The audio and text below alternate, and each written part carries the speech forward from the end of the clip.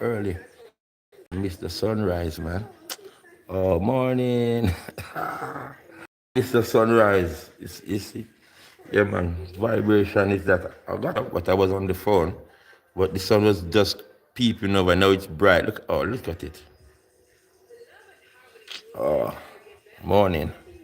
Morning. Good afternoon. Good evening. Good night. So, yeah, there's a cruise going on. Love and Harmony cruise here in the Caribbean. This cruise, Barry Man, Elephant Man, Sanchez, Beanie Man, Lyric Culture, Richie Stevens, and more. There's a cruise going on the high seas going to Miami and Cayman Island. 6 days and 5 nights. I know I'm putting this out there knowing that my sis, she loves to cruise, yeah? But you have never cruised in this side. You have never do any sailing on this high seas, yeah? But I know you go all over in Europe. But I'm saying, this one, you must put it on the list then. The Love and Harmony cruise, Barry Summons, Beanie Man, Sanchez, on, come on, it's gonna be mad. But greetings and morning and Tenistilling, yeah, Asante Sana, Akwaba, to the family. I'm tuning now to the running African program, the African Forum every Sunday morning. But I got up this morning to catch the sunrise, It's just come over that over the glade now. But yeah, I was on the phone. But here am I, sunrise in the morning, after 6 in the morning. And I'm doing my live. And welcome everyone. Welcome to the live. Those joining me and new subscribers. I give a shout out yesterday. I'm so happy.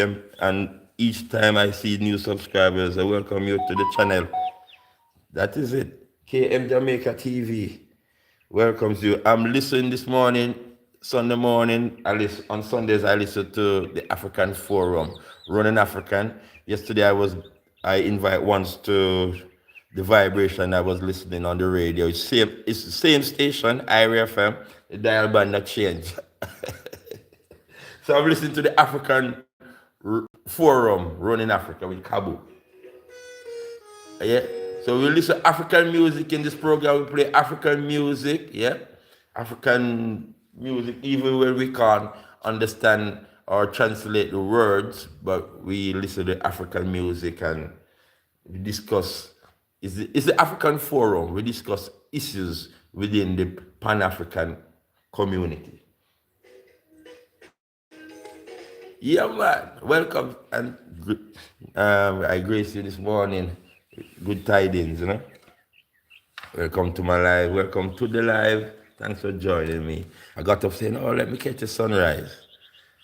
And because I'm now streaming daily, remember now, I started out with beating my chest. Is there anyone that knows if there is if this what do you call it, email handle live live. There was like you have Hotmail and you have Gmail and email. If there is still live, is anyone out there still using the email live? I did have an email. It was live.co.uk. So yes, I was saying that I'm live. My thing is live from long time. So I'll be going live now, streaming live on a daily basis now. This is it.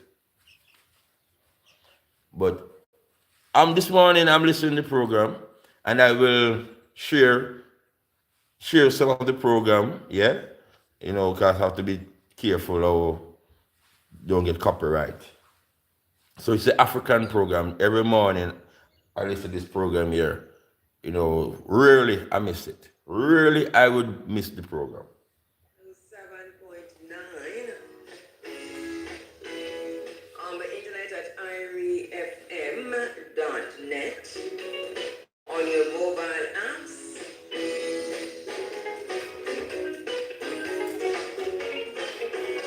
on Flow Channel 822 on DigiPlay,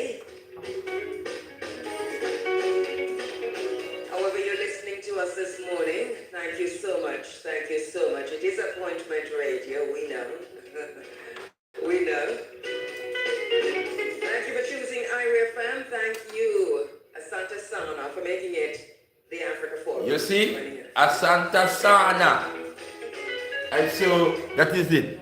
I should greet everyone. I greeted everyone. Tenestilin greetings. Asante Sana. Akwaaba meaning welcome.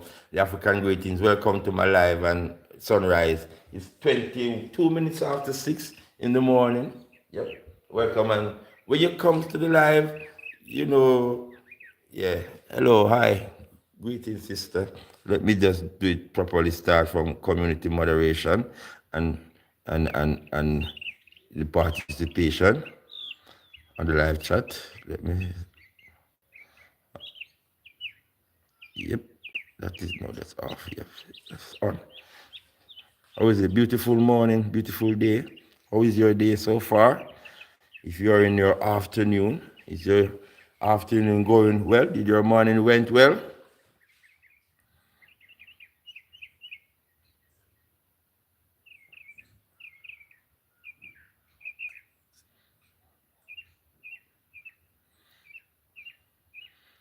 Well, thanks for joining me. Tap tap. Thanks for joining me for my morning. What a beauty. Yeah, it is. Good morning, sis. Good morning to everyone. Good morning to the audience. And welcome to my live, KM Jamaica TV. How I'm doing? I'm just wake up. I'm doing good. Thanks for making a conversation, you know?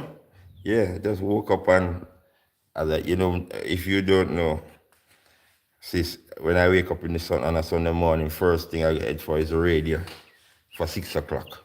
And I have this host, I big her up already, and I listen to her, but she goes in the night named Talia Power on IRFM, bigging her up.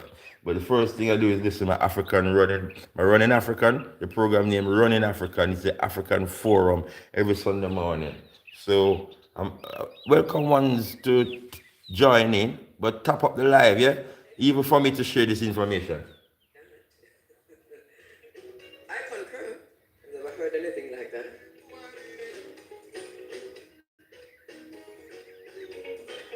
So Clown says that we've come to on this side of town, that I've come to hearing anything. But then again, it wasn't strange, you know. I mean, it was thunder. Thundering. Anyway, so that's what we're hearing. And then quite a bit happening. Thanks, sis. Globally, that we really do have to pay some attention to. So much happening locally, nationally here on the island. But the bottom line is that if it happens globally, then it's relevant to us locally because we're living in a world without borders now, even though there's so many discussions regarding borders. Look at that. No more conversation. We're not in the converting. We're having discussions now. So we're having the discussion on the African Forum. So the One World Health Order, or the One Health World Order. They're tightening up that now on the other side of COVID to ensure that when they say there is a pandemic, everybody take the vaccines. And whatever medication that they come up with. And when they say lockdown, then everybody locked down. And when they unleash the robots, then this is how you have to go. Whatever is about to happen has already happened, and it is not. Thanks for joining. Thanks for liking. Thanks for tapping up. No music.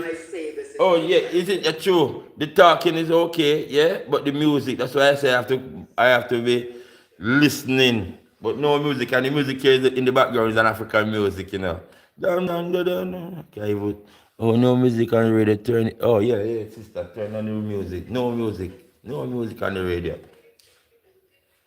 I hope you're not hearing. So me talk over the music, but I'm hearing the music. The Prime Minister's statutory declaration. Yes, the discussion around the Prime Minister statutory declaration. The story here now in Jamaica with the Prime Minister, being exposed that he have how many bank accounts, and he's not disclosing his statutory, his money, his finances. On in the program. So stand by for that. And basically what we're going to do this morning, because you know how we are in this space, we have to, we are obliged and obligated to ensure that before we make any serious comments about anything, we understand, we overstand. Yeah, but it's going to be a good one. Just stick and stay with me. Thanks for joining. It's a beautiful morning. Beautiful sun. Let me just look outside. I see.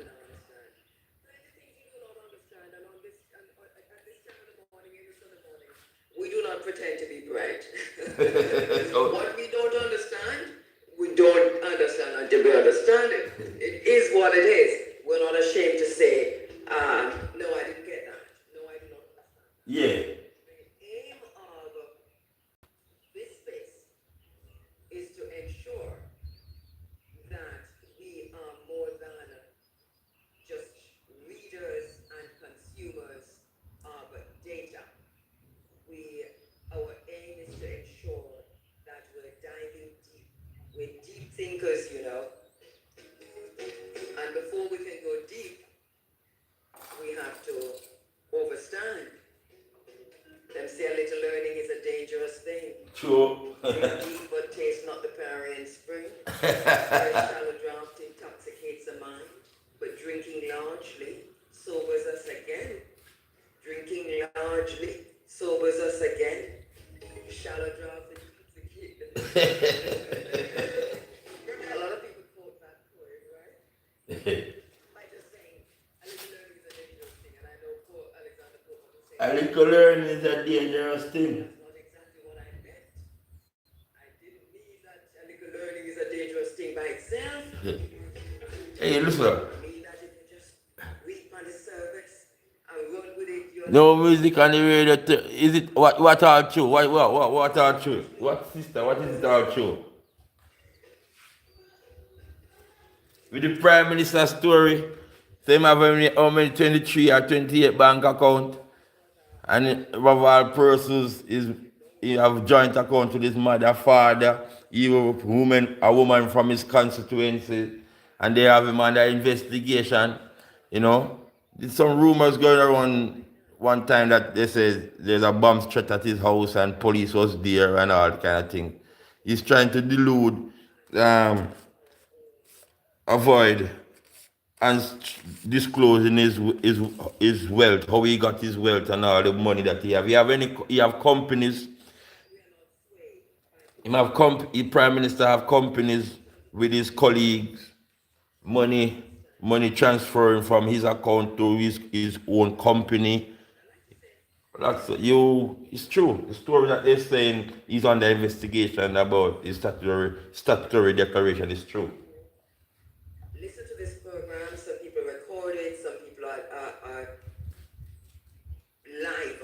Live. To it and rebroadcasting it across the world. Yes. There are others who record it and then put it in spaces across the social media, bits and pieces of it, sometimes in Poland and so on. Yes.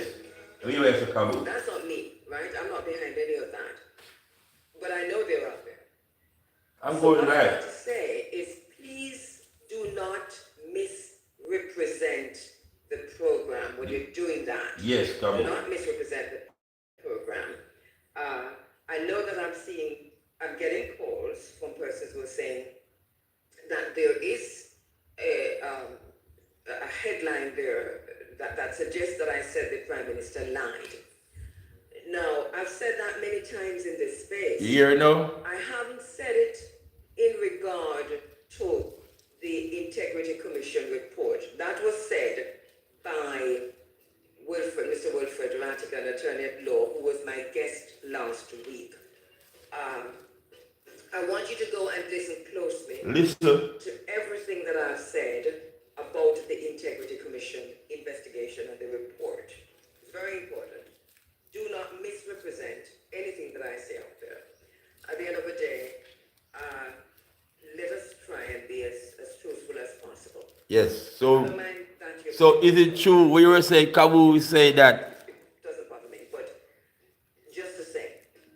Yeah, it's the Winfred Rattigan Do not misrepresent is investigating or was on the program last week, last Sunday. where it can come back. And Wilfred Rattigan, he's a FBI, yeah, and he's a, lawyer. So he was on the program last week, and Caboose now, our host here is saying that persons must not misrepresent because there are persons on their life. So I tell you, the feedback is real here. Persons on their life, persons recording the program and rebroadcasting whatever, and they must not misrepresent because they're saying that someone said the prime minister is that. Caboose just said that persons are saying that she said the prime minister is lying. But he's under investigation. And it's Winfred, is a CIA man, Rattigan, that is you could Rattigan have his YouTube channel, persons can go and come, his name have a reason Rattigan or something like that. He said that last week on his channel, on the interview. You join him and hear the reasoning. He's a lawyer, he's a CIA or FBI agent or whatever, who used to be, I don't know if he's still working as that, and they are investigating the prime minister. But the committee down here, the integrity committee, yeah, I think, yeah, we listen. I listen more, and as the host said, we must not misrepresent her. She's a investigative journalist. So let me pay attention. Could be a gift from a sponsor. It could be $10,000. It could be $13,000. It could be a So sister, you're gonna come and try out one of the cruise, because you like to cruise around. With Beres Hammond, his name the Love and Harmony Crew. It's cruise. The Love and Harmony Crew, yeah, cruise. Then you entertainment on board, Beres Hammond himself. And there's another show coming up, I think this one is intimate with Beres Hammond and Buju Banton. Is it for next month, January? Beres Hammond, Buju Banton here on the island. And there's a show coming up in October here, the 19th, yeah, with Peter Church show. It's a Peter Church show somewhere. I'm going to go live, schedule my live. So I will keep you informed.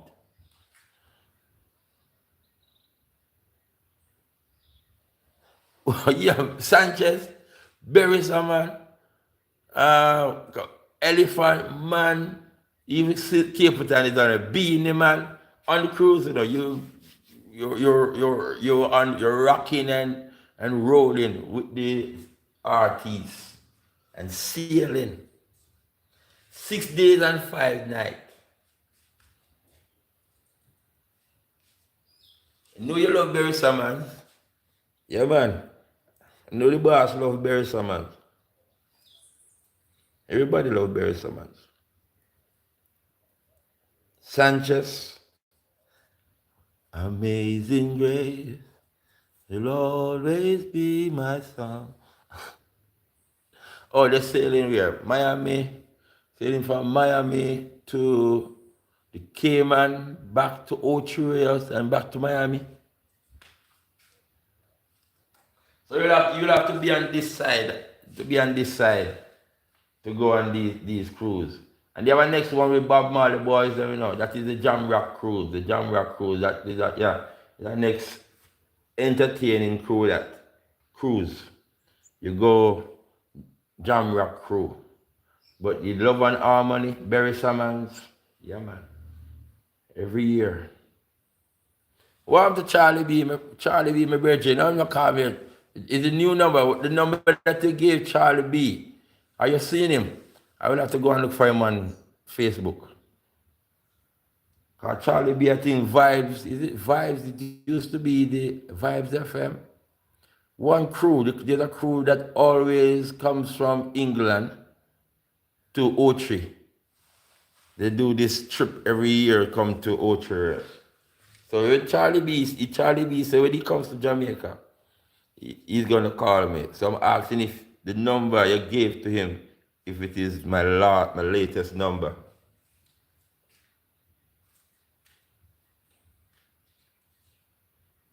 Yeah, man. Every year they come. Every year, the crew from London comes to Ochers for their thingy. The JB crew. Yeah, man. Big, oh, yeah, you'd have to fly to Miami. Yeah, man, you'd have to fly to Miami. You come Jamaica. You're in Jamaica, then you just book and take the cruise and then come off back at Jamaica. Then, yeah, you'd have to be here or fly to Miami.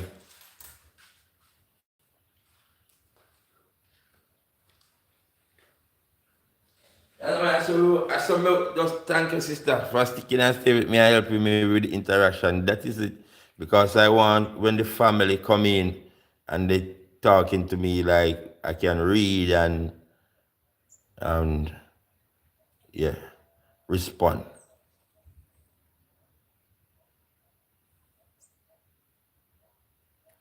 What number? Yeah. They have to cruise up River Thames.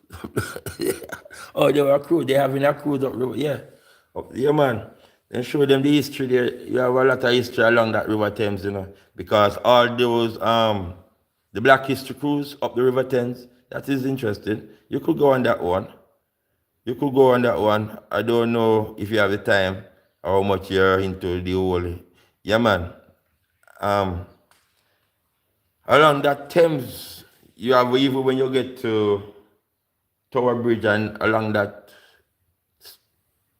bit there, a lot of the warehouse, the warehouse where the sugars used to be, where like Jamaica Road, round Surrey side, the Jamaica Road and all of these. Yeah, there's history there, lots of history.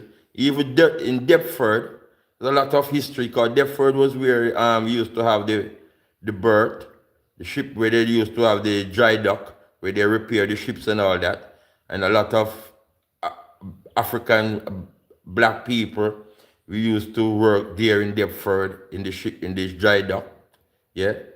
And even the Greenwich University, there's in the drawing, I speak about the king of the beggar, the 1 foot ex-soldier. He fought in World War One for England, and they were supposed to compensate the soldiers. He's a Jamaican now, and after war they never get compensated. They were there in England living rough. He have to end up being a beggar, and he was such a great beggar. When he died, they salute him. When the earth was passing, they were saluting. He was the king of the beggar. Yeah. So I put these things in songs, But the history is there. Yeah, along that Thames, all along the Thames, and they will be able to point out some, warehouse, the story of evil going through the Tower Bridge, when the ship would have come in from sea into the River Thames with the barrels of sugar and rum and molasses. I thought this already on my life, but the person that opens the bridge for the ship to pass through, he will have to get a barrel of rum. That is his. Every time a ship passes through, he is gifted a barrel of rum. So that is a part of the history too. That is to do with sugar.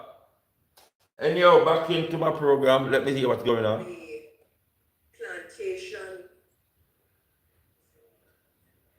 The conditions on the plantations and in the pens, the suffering of our ancestors, which we still remember, in the words of Ivan Van Sertimo, whether something happened 10 years ago, 10 days ago, 5 days ago, or 50 years ago, or a century ago, it occupies the same space in your memory once you become aware of it.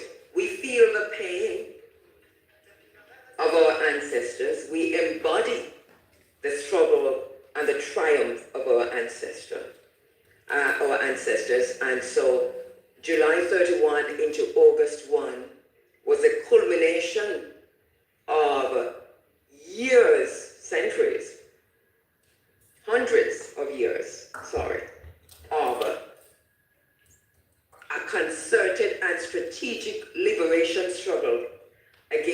enslavement. This is how we understand August 1. The promise of emancipation is still not yet realized on this island because it has been hijacked by those who are now sitting in spaces that have become the private sector organization of Jamaica. So we see the private sector organization of Jamaica as an enslaver class, as an oppressive class. That's how we see the private sector organization of Jamaica. They need to shut their mouths and do not even talk about emancipation. You can talk about independence all you want, but leave emancipation alone, or else it's going to be 1865 all over again. Understand? Understand that we feel the righteous indignation of our ancestors. Understand that we are burning with the fire of our ancestors. Leave us alone. Leave us alone, because the fire has been calm for a good while now within us.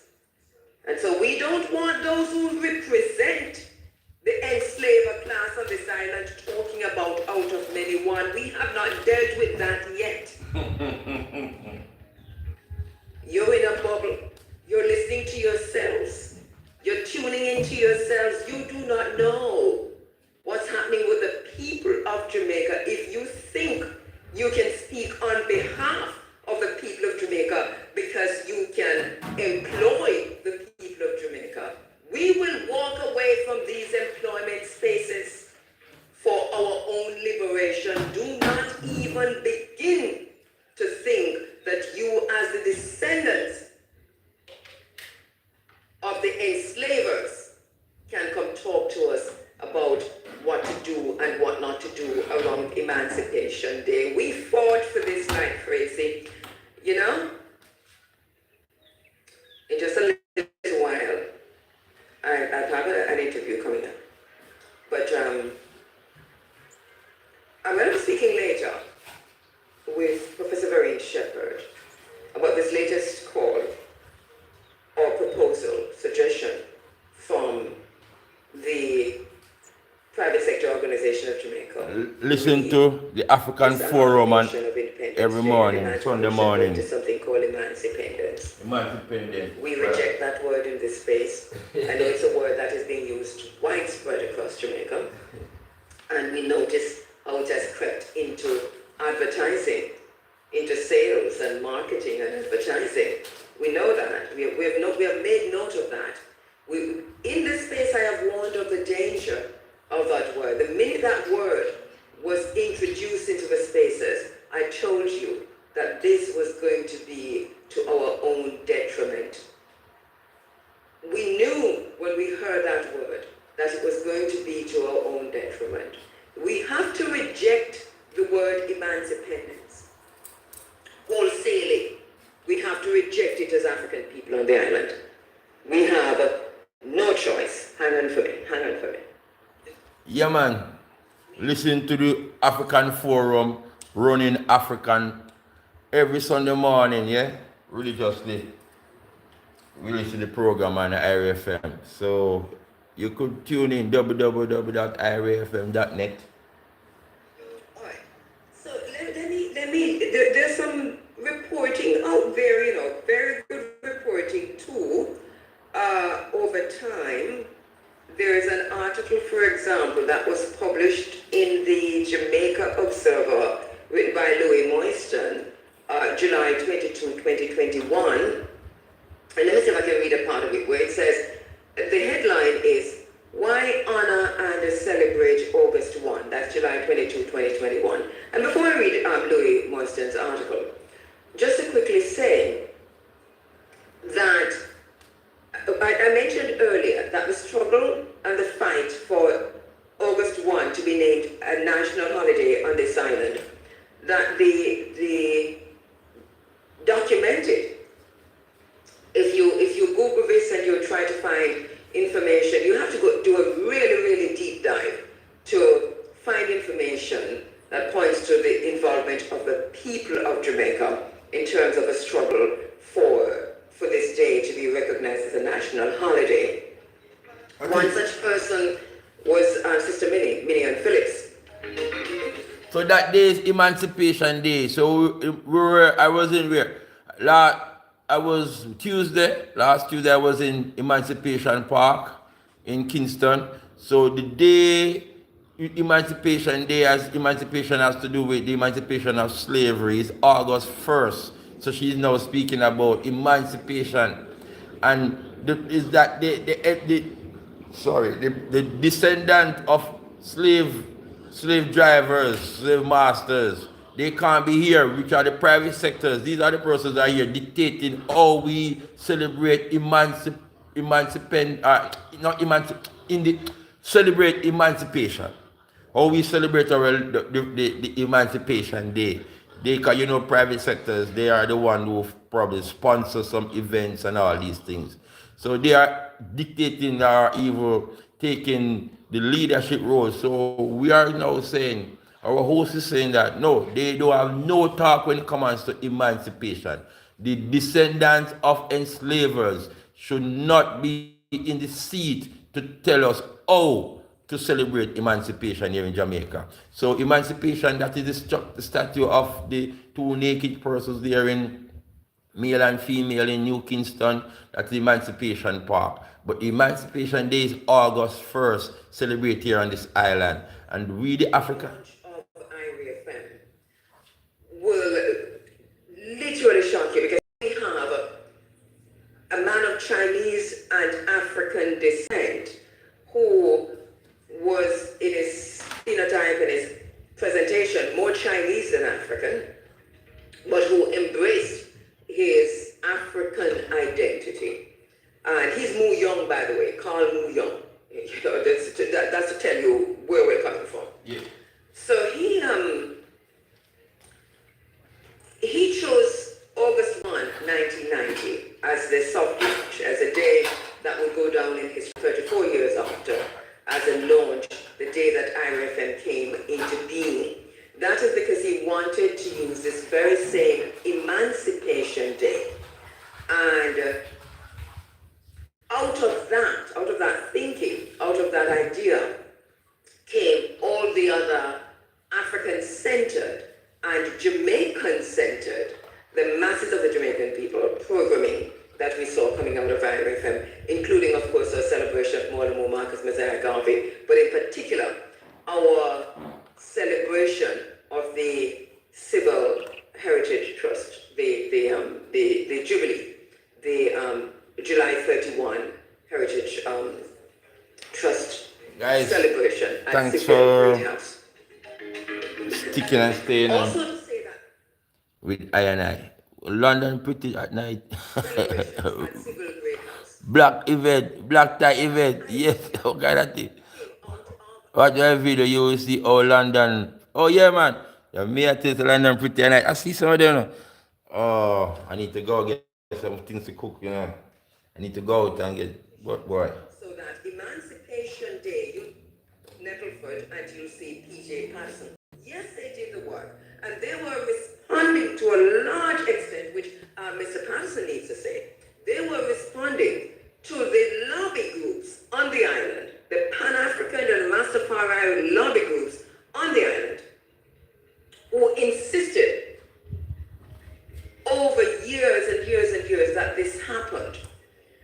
So, right, so to go back to IRFM, to say that we understand the assignment, we still understand what our assignment is.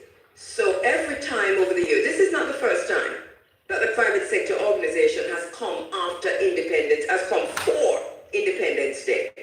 It is not the first time. And if you read Louis Moiston's article, you'll see the history of this. But there's also another article. I don't know if we'll have time to read both of them. But there's also another article that speaks to this. And Louis Moiston does a very, very, very good job of laying out the history. As a matter of fact, let me just go down the page to his article. He says,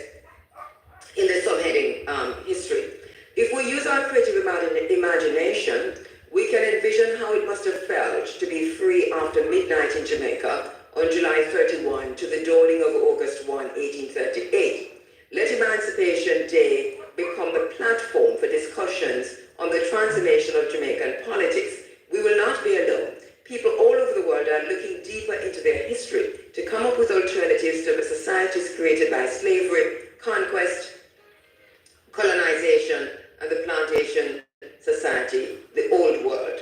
The new world will emerge, he says, through the collective energies of the peoples who comprise the sovereign nations. The people of like color and culture are coming together to develop a critical mass in service of change. Dates are important in the lives of people as well as the history of societies. We celebrate religious holidays, national holidays, birthdays, and other important anniversaries. The 1st of August is a most significant date, almost sacred. Almost sacred.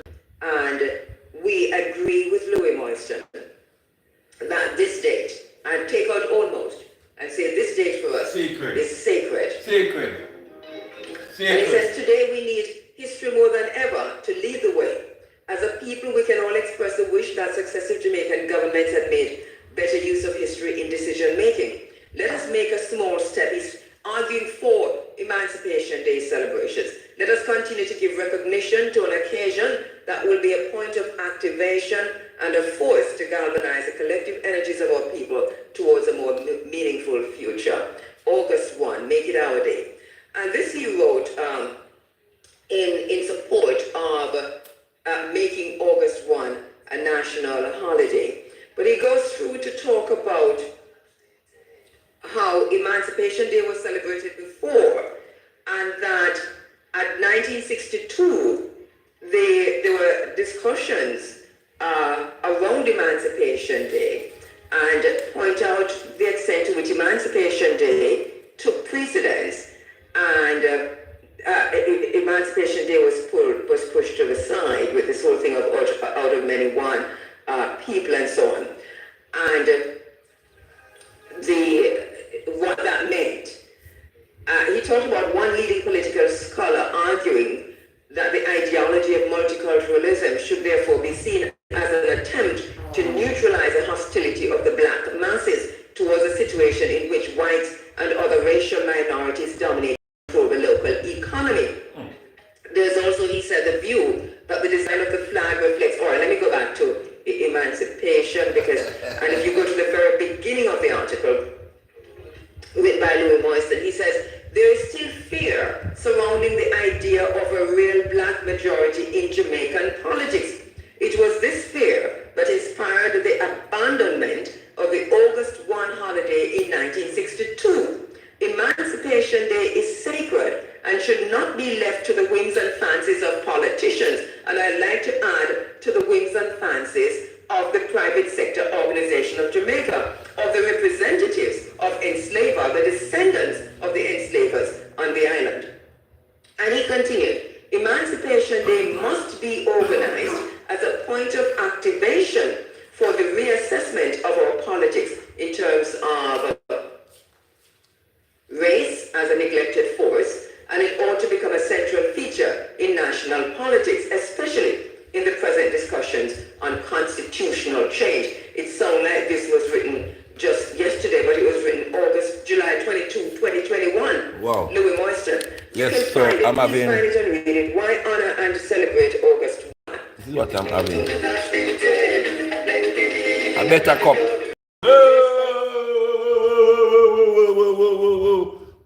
I can't be more. Thanks for the likes. Yeah, thanks, guys. I'm listening to the African Forum. And look, man, I have to be controlling, yeah, the radio. No, it's African music playing here, but we don't want it. Yeah. August 1, 2023 by J.T. Davy.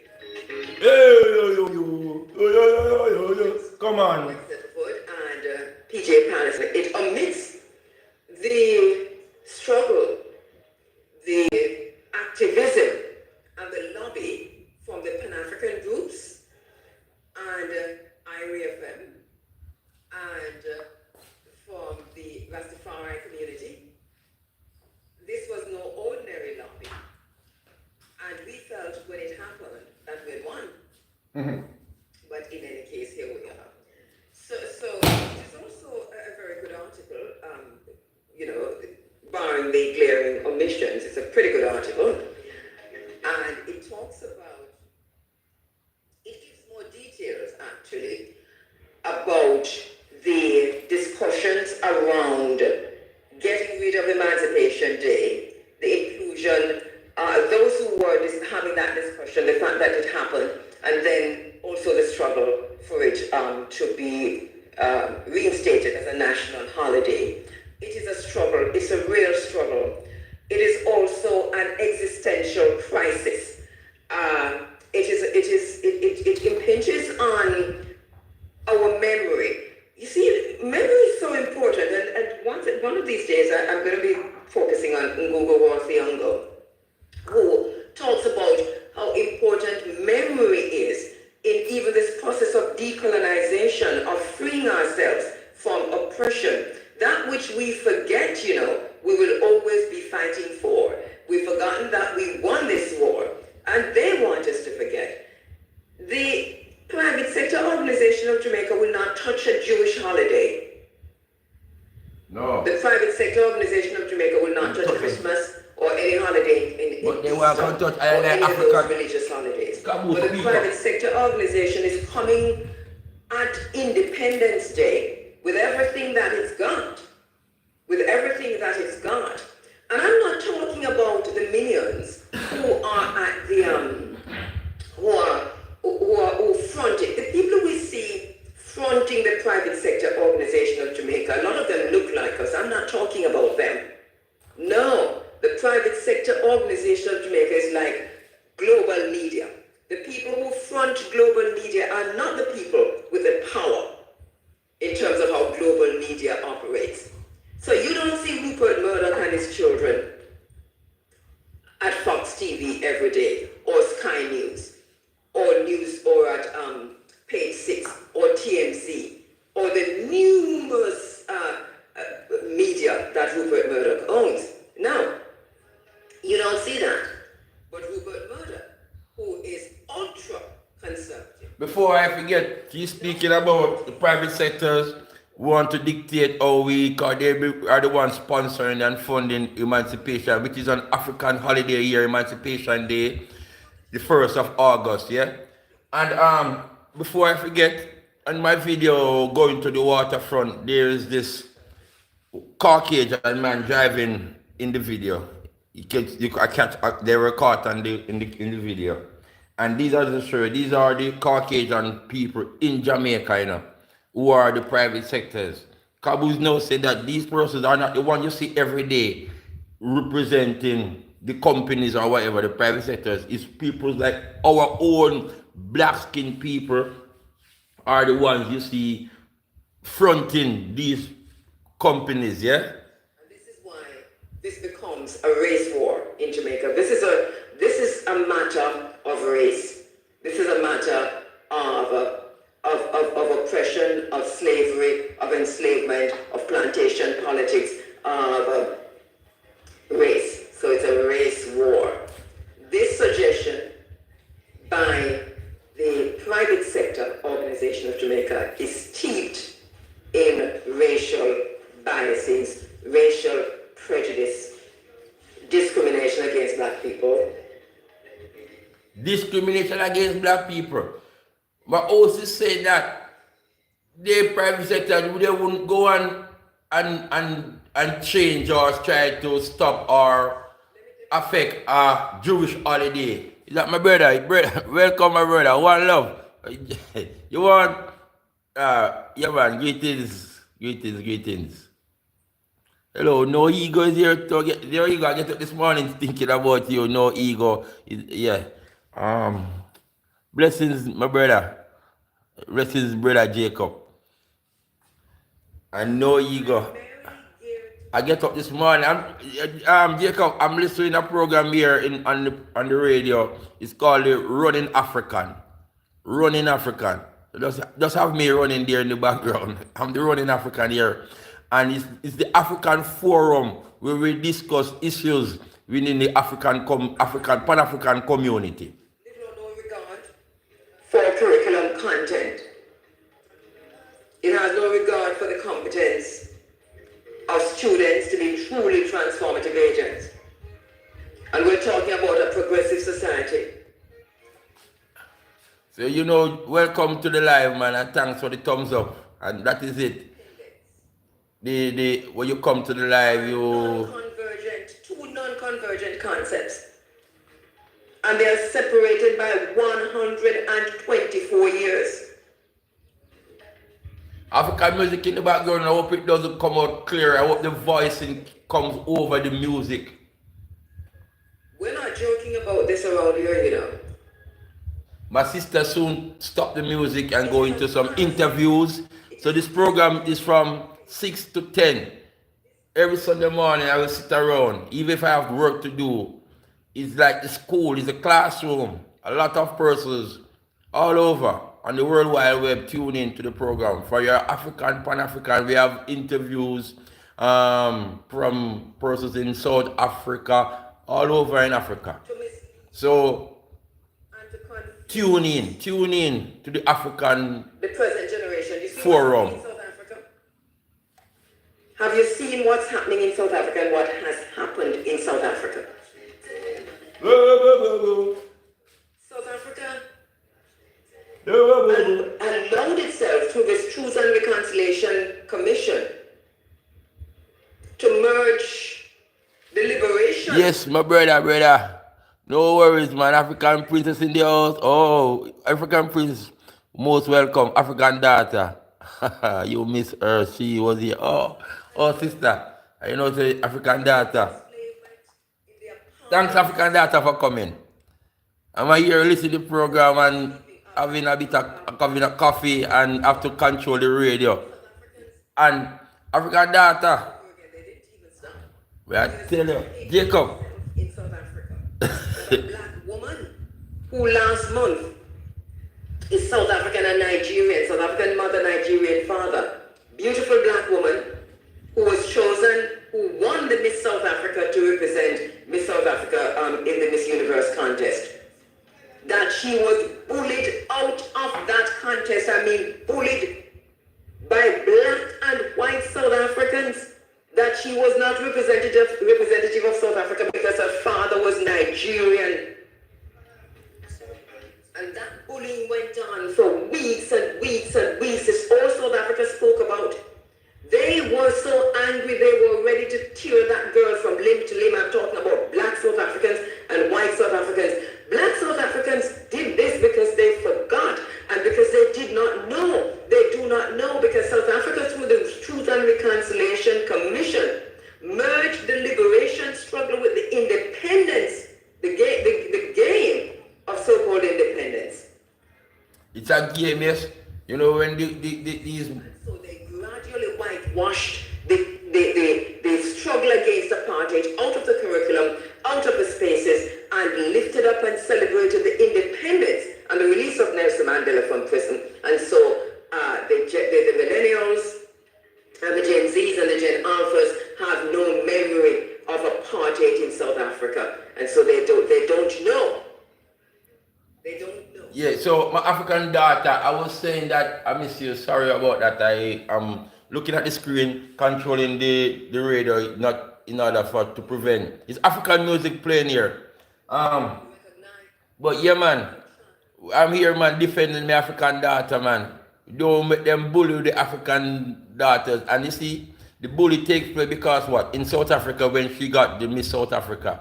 Because her father is Nigerian. This is the same thing I was discussing in my live yesterday. How we are divided by our nationality. Yet 52 countries in Africa, in the continent of Africa. Plus the diaspora. Those of us here in the diaspora out of Africa. But they divide us by giving us names like Jamaican, Barbadian, and all these can name. Ugandan, Nigerian, and at the end of the day, we are all one Africa. So we have to be conscientious about that. And don't follow no one and start hating a neighboring country, or hating another African country, or hating another Africa. Like I said, don't hate Haiti. Don't follow them here in the Caribbean people and hate Haiti.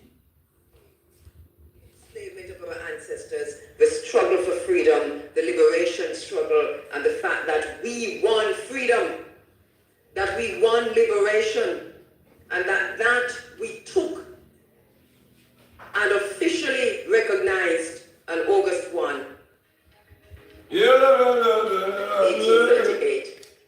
Some would say 1834. 18. I think you're talking about emancipation here. Emancipation.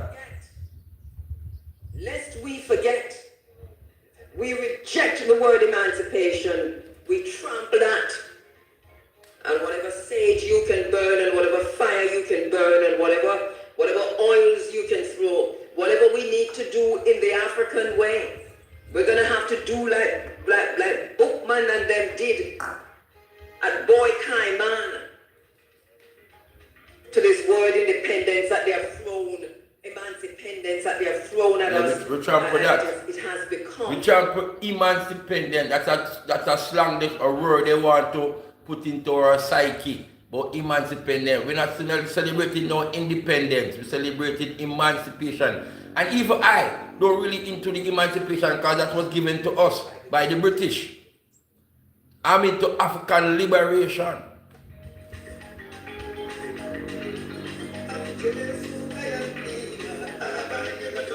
When they gave us an Emancipation Day, when persons were free, persons got freedom in emancipation, our ancestors.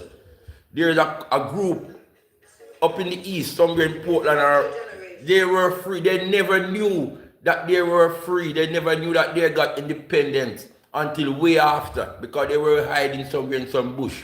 And when they came out and persons to them and say, oh, you are free to go, they never believed, because the proclamation was given, but they never heard of it.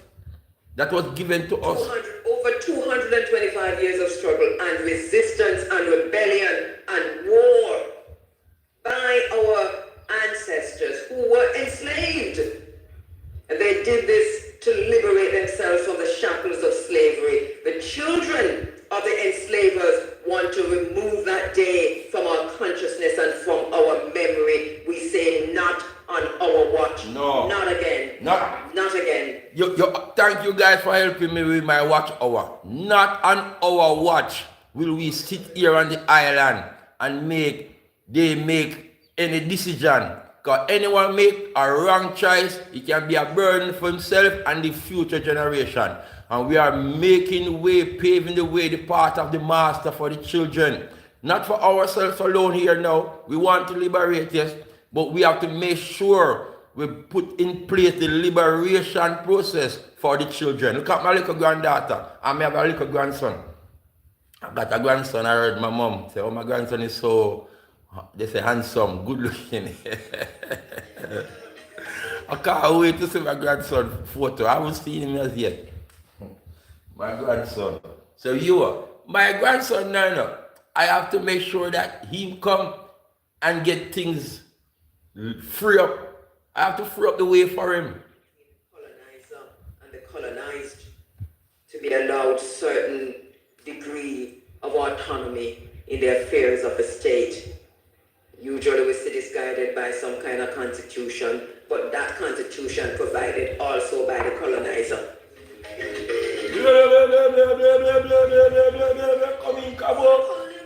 Come in. Independence of the UK in August 6, 1962. That is it. That is what. Let me see me Jacob, my brother.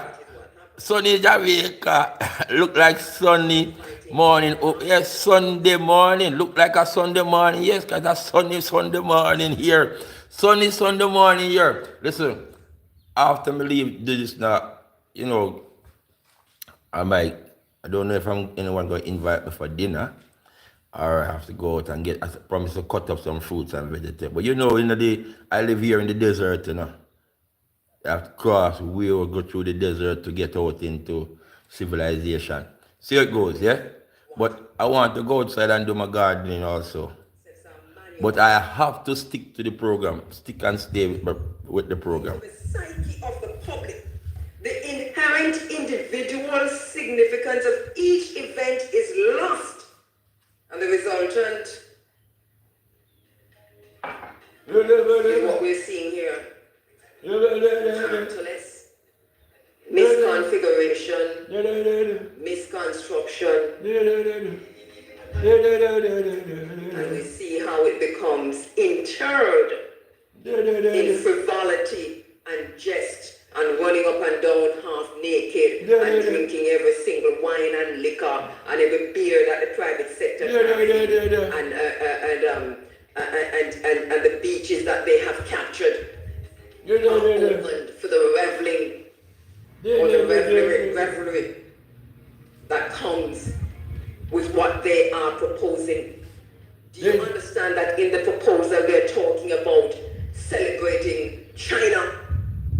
In the proposal they're talking about celebrating China. That's a dog whistle. That's a dog whistle. They know what they are doing. And if we allow them to do this.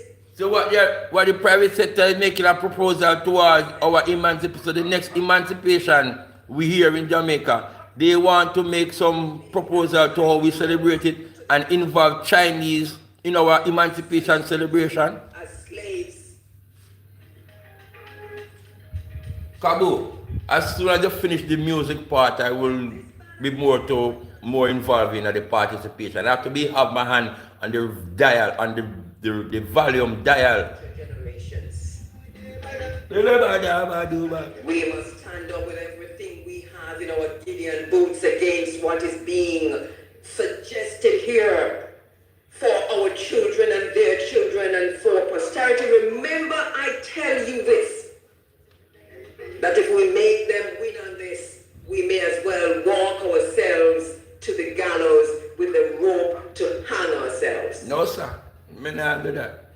Me rather die like some sort than live in slavery, but me not hang myself. So we have to fight for liberation. The Ministry of Education for the updating of the curriculum to include African history, language, and culture have fallen on deaf ears, but we understand how it works. We understand how it works. My friend, brother, African data, I have to ask, soon after be giving out my email so you can drop me some African music, you know. Yeah, man. And yesterday I was asking Jacob if what this place name? I have is it Southeast Uganda? Yeah, the region is KI. If you know about Medusa, you know you're being warriors, Medusa. Yes? And remember she's a Ugandan, you know, and she was captured by the British. She was captured two times, and she escaped the first time and then she was captured again. But the era of Uganda that Medusa is, Southeast Uganda, and if you have any history with the concentration camp that the British also had in Uganda, you know, if any, I will today. Last night I had a memory on my Facebook and I was just look at it with Medusa. I was looking at this Medusa somewhere I saw this post that I made years ago. Yeah, so I will read it and do some research into Uganda. Because believe me, I'm feeling you guys in the East, you know. But I want my brothers in West Africa and South to come in the community, come in the stream yard, man. Come on the Whitey Street. But I'm feeling you guys in the East. I'm feeling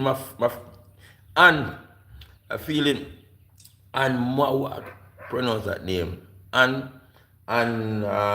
Charity, I don't forget you. And not because it's just some names that come quickly to mind. Simple Carol and my friend Priscilla. Yo, Africa Data, big up for yourself.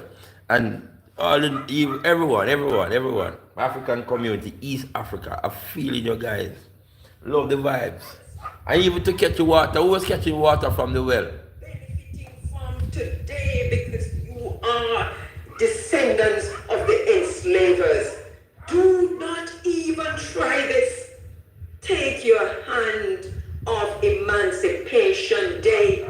We reject the term emancipation. Go celebrate China somewhere else. Yeah, man, if I celebrate China somewhere else, man, not Chinatown. You have no shame. You have no conscience. You have no awareness of space or self or time to, in your proposal, be talking about a celebration of China while you're trying to wrestle Emancipation Day from the people of Jamaica. Your argument don't hold water. If you want to make up for the days lost because of lack of productivity, which is what you're using to manipulate three-card game, smoke and mirrors, the politicians that you have paid for. That you have paid for. Sunrise. To make decisions like these. Listen to the radical revolutionary vibration. How dare African Forum. How dare you? Look at is this the important thing? Is this the important thing on the island? Go and merge Christmas and Boxing Day and every single other holiday. That's a religious holiday on the island. That's a European Christian holiday on the island. Go and merge Easter and all the other holidays, Good Friday and all the holidays that you have a break between and Wednesday and this or that and all the days Ash Wednesday. Easter time. Those holidays. Revolutionary, radical. Baby, come on. You know that music? You know where that music come from? You don't. Don't tell me you don't hear it. You don't hear it, man. You can't identify that music. You never hear it. No, sir. Come again, Cabo. I need a headphone, but this radio don't have a headphone. No. This radio don't have a headphone jack. Don't have a headphone jack. Big up JB crew, big up my friend Jacob. You don't Jacob. We just wake up, you know. Just wake up in Jamaica here, the sun is rising.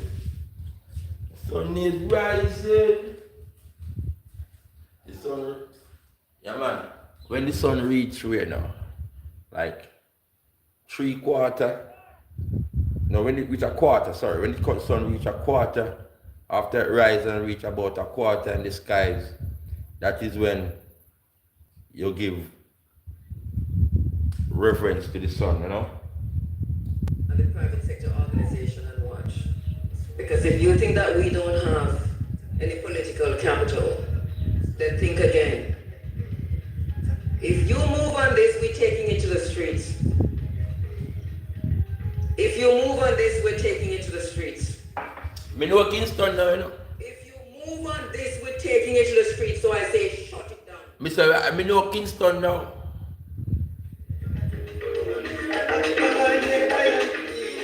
Whoa, yo, trouble there, sir. Trouble is right there, sir. Right there, sir. Tell me you never hear the we listen, we like this. You see, if I wasn't brought doing this live now, I would be here listening to that music and feeling the energy, the vibration from the music, not understanding a word being said, you know. But it's just our African music. Going to bogle it out. I am Letitia Gohigan. So when we hear African music, what we gonna do? Paul bogle it out and touch it out. Yes, when we hear African music with Paul bogle it out. The new dance. Who died? Who died? Who died? Yeah, man. For this day that these children of the enslavers want to take from us, want to rip from us, and look at the point they are making. We now pay homage and salute the ancestors. We give praise to the owner of existence and to those who made sacrifices for freedom, those who fought and died with Sam Sharp in the Emancipation War of 1831-32 in St. James. Yes, Emancipation War. A war, my ancestors then war with them, you know. War for emancipation. My ancestors in St. James, the Shamshak War, they speak of the Baptist War, the Emancipation War. I tell them already, one of the names called, they're going to be calling some names. One of the names of my father's name is out there. Yesterday, my father, I showed a picture, but the middle name was his alias name, Babu. But my father's middle name and last name is the name that is called here. My father, middle name and last name is the name of one of the ancestors that were hanged, sentenced to death with some sharp, you know. And I got my father middle name and my father last name, you know. James Ennis of Bonavista Estate sentenced to death. Look at that. Buena Vista Estate. I know that place. 300 lashes. Joseph Fitzroy of retirement sentenced to death. Thas Fleming of friendship sentenced to death. Buena Vista, you know, am I a place? By John Irving sentenced to death. Martin Fowles of Wiltshire sentenced to death. We know Wilshire. Fraser owned by J.H. Morris sentenced to death. William Gale of Spring Garden sentenced to We death. know Spring Garden. Thomas Galloway of Unity Hall Estate sentenced We know to death. Unity Hall done already, innit? Gillespie owned by John S. Waite sentenced to death. Charles Gordon of Unity Hall Estate sentenced to death. David Gordon of Spring Garden acquitted. Spring Garden and Unity Hall is the same place done a Unity, done Reading. Oh, I hope I don't get in trouble for all the music you come out do, because you know all my days.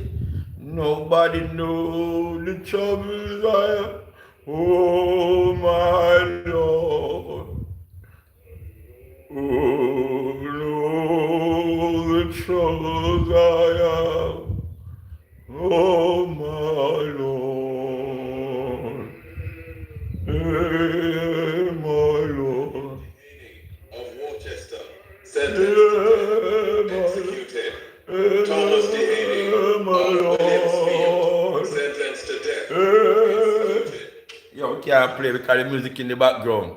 They're calling, name calling off the ancestors that were sentenced to death in the Emancipation War, the Samshar War, the Christmas Rebellion, they call it the Baptist War of 1831. Hence you see that park in Kingston, New Kingston, they call it the Emancipation Park. And every year, the 1st of August, the 31st of July to the 1st of August, we have the Emancipation celebration, the proclamation from the 31st, from the midnight. And even this year, August, on the stage, you have the descendants of enslavers were there apologizing for the contribution their ancestors had made in slavery. Sentenced to death, executed. Charlotte of Moorpark, I can't say, hear. I can't play it out. John Clark of Wilshire, 200 lashes. 200 lashes, you know. Imagine you're getting 200 lashes. That is what some persons get. 200 lashes. Let me tell you some of the sentences that handed down to our ancestors. Sentenced to death. Sentenced to death, Sentenced to death. Unalive. Let me use the word unalive there. sentenced to death. Unalive. Cromwell of Springmount, sentenced to death. Springmount, that is where my mother come from. My grandmother. Springmount. Sentenced to death. Unalive. Coffee, alias Wilken, owned by William Rickaby, sentenced to death, executed. This is the names of the ancestors, persons who were tried and found guilty for their participation in the Emancipation War. They call it war, they call it rebellion. They were fighting for freedom, and they were found guilty and sentenced to death and lashes and all these things.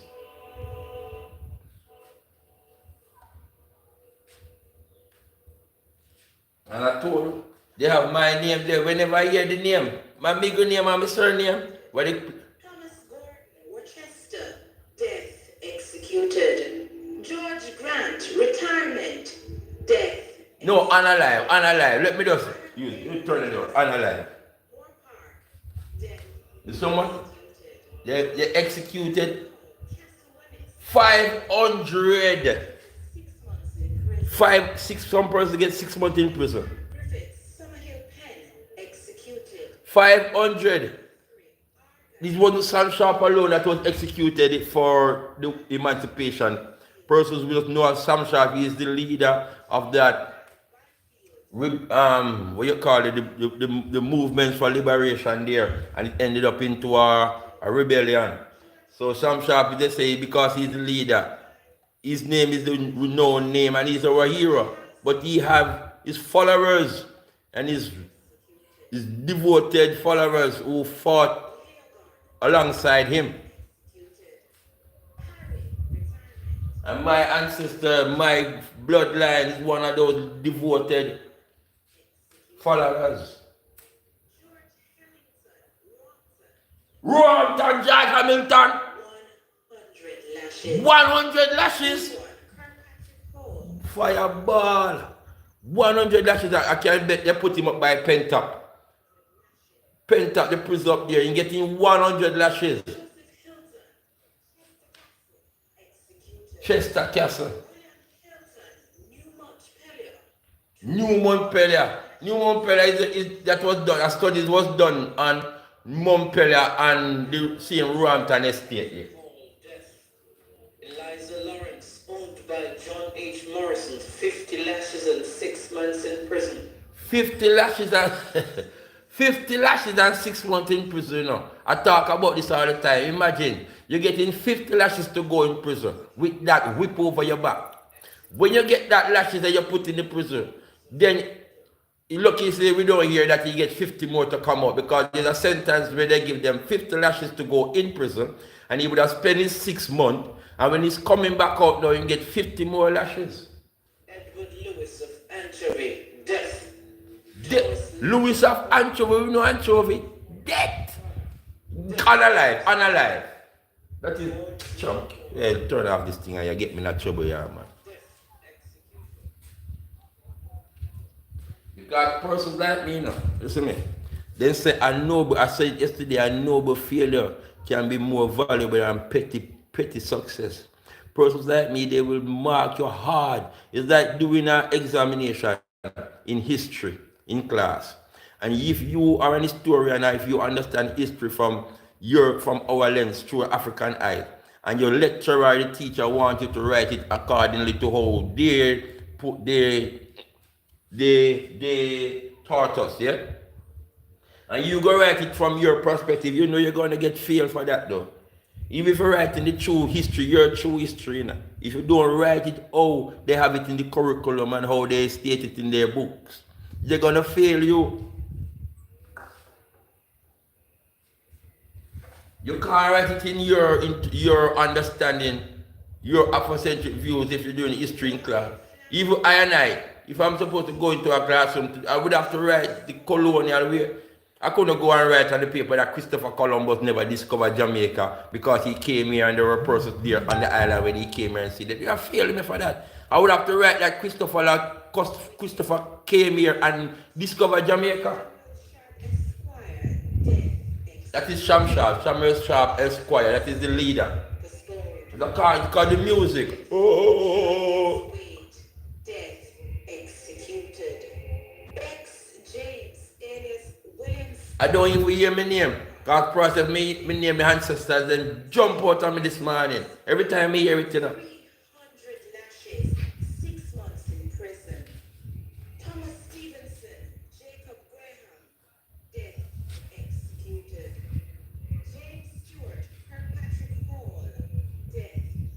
Richard Stewart, Unity Hall, death executed.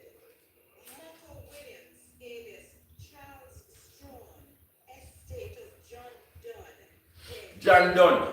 Me not hide nothing, you know. I've been tell people that long time too. Buena Vista name just call again. John Dunn have an estate. I don't know if this John Dunn that have this estate a white man. But you know Dunn have a surname, innit? So when I'm doing my research, because from England I find this out. From England I get to understand that Dunn have an estate. And even Paul Bogle had an estate. Paul Bogle is our hero and he had an estate. So he have persons working for him on his estate. But a lot of our free Africans at the time, they have a estate and they take what you call workers on their estate, but the treatment different, you know. The help, these are helping Buena Vista name I call lots. I know the Buena Vista house is up there right now. Buena Vista, the great house is up there.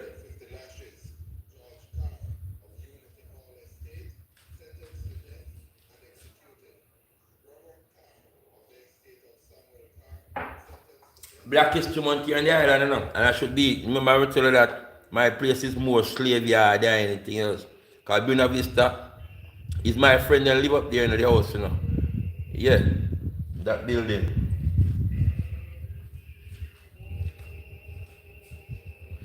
And there's one person in this area that there's a great house in this area, and he told me that he lives there. That great house is there. He told me that I can come and have a look around.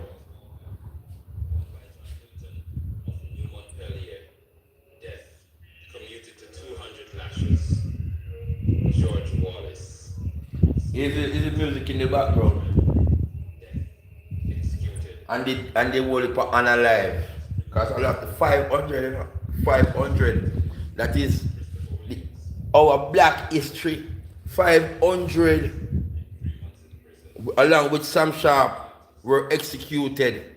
Plus the many that were beaten and imprisoned and transferred. See? And then after that, now, months after that, the enslaver, they were so upset with the destruction of the plantation and the whole operation. They did a reprisal. They just get up and go to a place in Lima, in Trelawney, and kill 200 more people. So over 700, let me say, unalive. Unalive. Owned by John H. I mean, and sometimes, Johnny who? H1? George Longmore. Murray. Owned by William Clark. Death. Let me be careful again with this holy part and word that might cause me a problem, because it's person like me, they're gonna mark hard. Because I'm not here as no African in a no rock, no we call it glad cloth. Because we are African not because we weren't born in Africa, you know. Africa is in us. Born in us. Yeah, man. Yes, my brethren. One love, man. A long time, man. You're free up, man. You're welcome, man. Do it, man. Show me the content, then, man. Show me, man. I might not watch the same time, you know. But put it out there.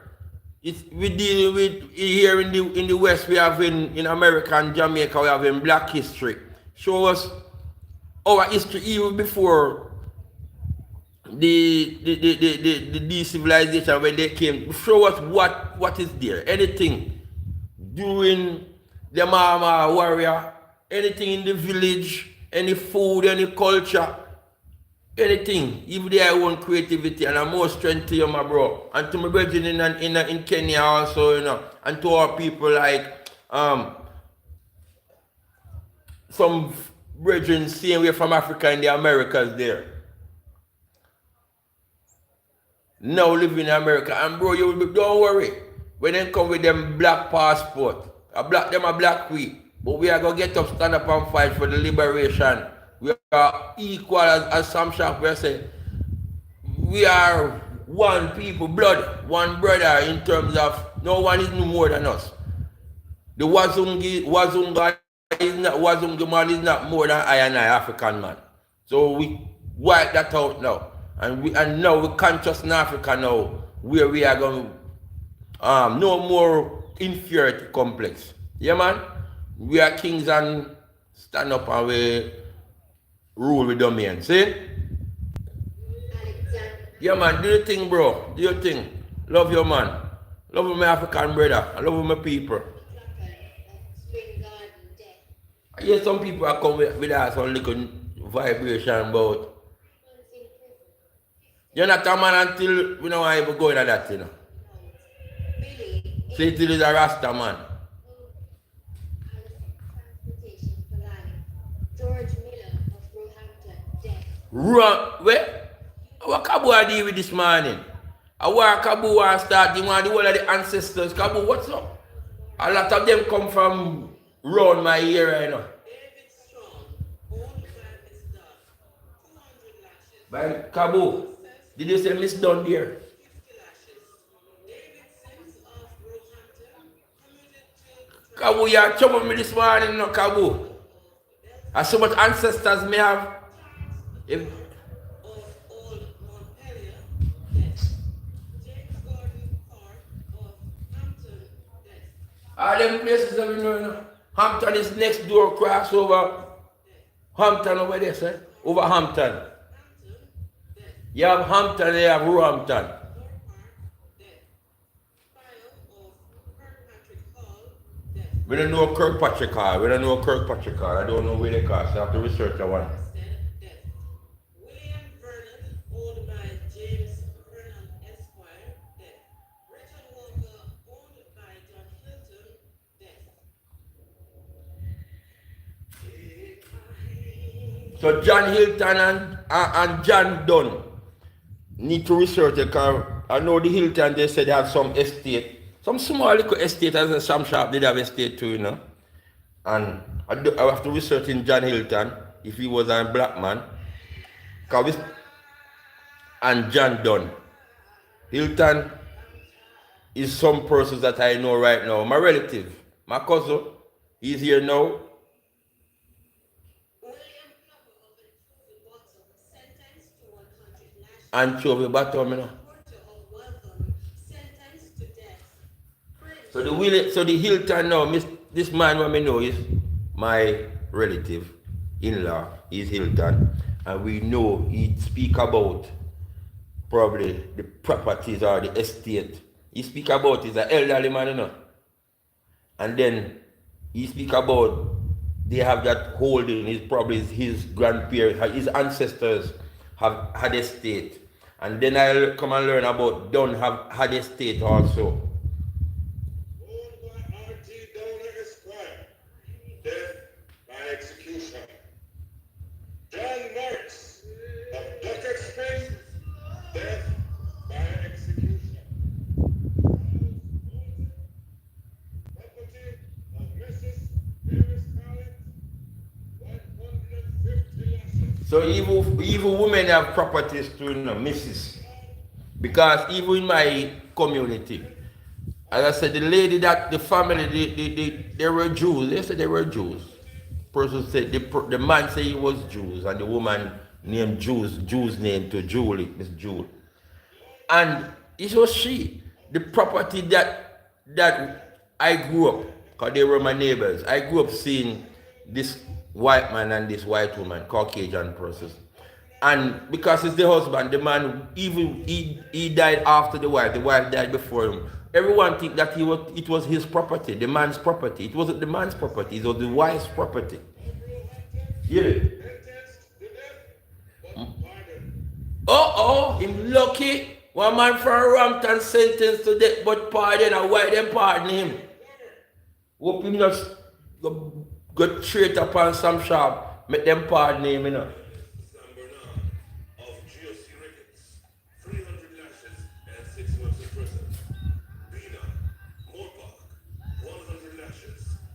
Nicholas Birch of Newman, death. Edward Bowen of Adelphi, Man from Rampton, he sentenced to death but them pardon him. He missed, alias William Bowen of Cambridge. man in November. It was the other day. My cousin, he's on the next platform, Facebook, when he was featuring the slave prison, because he grew up in that slave prison. And my cousin was saying, boy, cause if I knew that the world would have been like this, as a child, you know, if he knew that the world would have been like this, where today would have the social media, where the things that they throw away, that they find as a child playing around that slave prison, he would have kept these would have been like, instead you find nickel, you find every little thing, old time traditional thing. So probably like, I found a shackle. One of these shackles that they shackle up your hand, I have it. A shackle, you shackle your hand and your feet. Yeah, like with the chain and shackle. I found that. I have that, yeah, in my collection. My cousin was telling me all the things. And even in the museum, I get to understand from my community, they find certain things there at the museum in Montego Bay. Like one of the things what they call a slave catcher. When this like a trap, like a rat trap, when you're running, when that grab your foot, is some teeth clank your foot might even cut off. So my cousin was telling that he found as a child growing, a big man for me, my cousin is an elder person for me, and he was telling me of the things that they throw away and they find as a child playing in that area. And he told me about the Yars Hill, a place named Yars Hill. The name, why he got that name, because when our ancestors had the sickness break out, the disease break out amongst them, the Yars, they would have taken the ones with Yars and put them up in that area. They'd isolate them from the rest of the peasant. And they put them up in this hill. And then you have the yards hill on the top of the hill, and then the gully. They call the gully Dranko Gully. I talk about this already. That is where they would have put enslaved African ancestors in these barrels, yeah, and roll them down the hill. Alive, roll them down the hill, and so Dranko, the crows the ravens would live in that gully, eating dead flesh of ancestors. My cousin, I have this, it's on my voice note, they go and hear it. It's the same phone I'm using. He left the message saying, cause if he knew that all these things, the old metal, the old artifacts, they would have been right now. Could have the Rampton, that great house there, you could have the museum. Do you understand the point we're making? Do you understand what we're saying? The blood of our ancestors shed for liberation, still not dried. Understand the point we're making. You would not try this with any Jewish holiday. You couldn't say this to any Jew. You would not say this about Auschwitz or none of them. But you want to come and tell us. You, the children of the enslavers, want to come and tell us to forget. You want to come and tell us to forget? Don't even try that. Them sell out. Make unbearable medical bills. Them sell out. They are the same one. I was saying when the war was going on, and my people, them George Murray and all the one who they and some of the names them, yeah, that was just called. When they were making their way up to go and take over the great house, because they start a fire down the bottom in the boiler house, and they were going up there. Who you think defend because the slave master, the owner for the estate, he was there, he wasn't like absentee at the time. He wasn't in England. Now anywhere out in the sea. He was on the island. That's why he was able to go back to the Westminster, to the Parliament in England. That's a part of the Black history, and give his account, his report on what took place in the Emancipation War of 1831, Christmas Rebellion. So when Christmas come, that is why all these things. I've always want my team so I could go and do a reenactment, or we do whatever we can do within that Shamshar war in my area, my surrounding, my community and surrounding communities, all these places. Only few of the names like this Kirk, whatever. Nowhere name that name anymore. So I have to go and research that name if it's still what part of the parish did have that name. But the Unity Hall, the Spring Garden doesn't name Spring Garden, but I know where Spring Garden is. But the Anchovy and the Anchovy Bottom and the New Mumpel and the Buena Vista and the Rompton and the Hampton, all of these places, we know them. It's our place. Our place. So we're going to, let me hear what Cabo said. That they refuse to teach the proper history in school, make history, in other words, to make history compulsory, so that our children and their children and the nation understand and do not forget what has happened to us as a people, what happened to us, and why the fight continues. And then to come up with a word in emancipendence, to shift our minds our connection back to our ancestors and back to ourselves and back to Africa. And then this morning, and they've been doing this time and time and time again, you know, to take from us that memory of emancipation and that what that meant. So somebody said emancipation, emancipendence, dream weekend is what they have in mind. And I don't want to use the brand of somebody else, but just to understand what the plan is. The plan is to continue to dumb us down. And dream. To make us forget. And then to have us as consumers for the rest of our lives without thinking about what the promise of emancipation meant for our true independence. I bawled this morning, my family. I cried this morning in the studio. And my tears not going to go in vain. And I know I'm getting texts and messages from a lot of you who are saying, we're weeping in Jamaica this morning.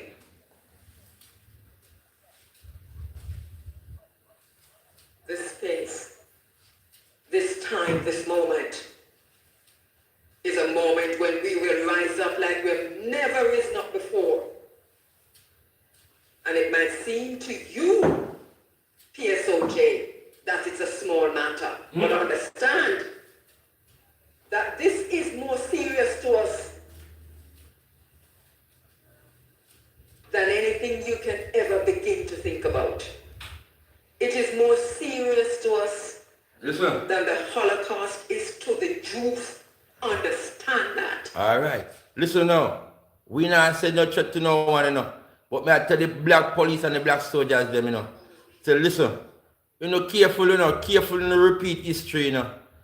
Careful how we have human history, because same thing that happened in 1831. We use the same black people they used to repress our the takeover, you know, of the island of for our liberation, you know. It is our own they use, you know. And the PSOJ right now, and you know, police have to take the order from them superior and everything.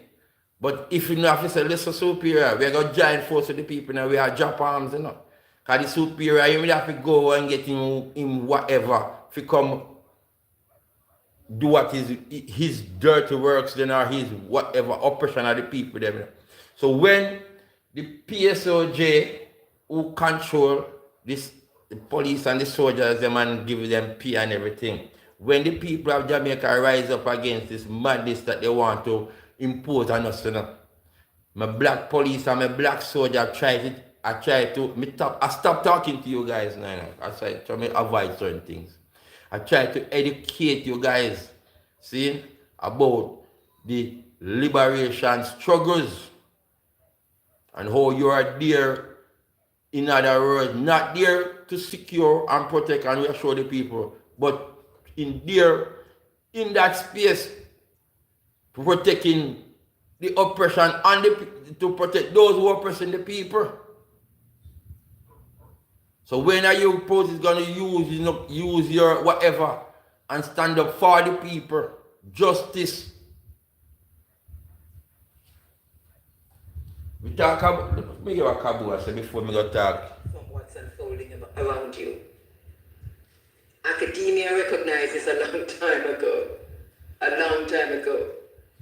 And remember, one of the problems that Einstein faced as a scientist in research, why the idea of quantum physics came to the fore, was this very same problem, this very same question of how the observed is impacted by the observer and vice versa.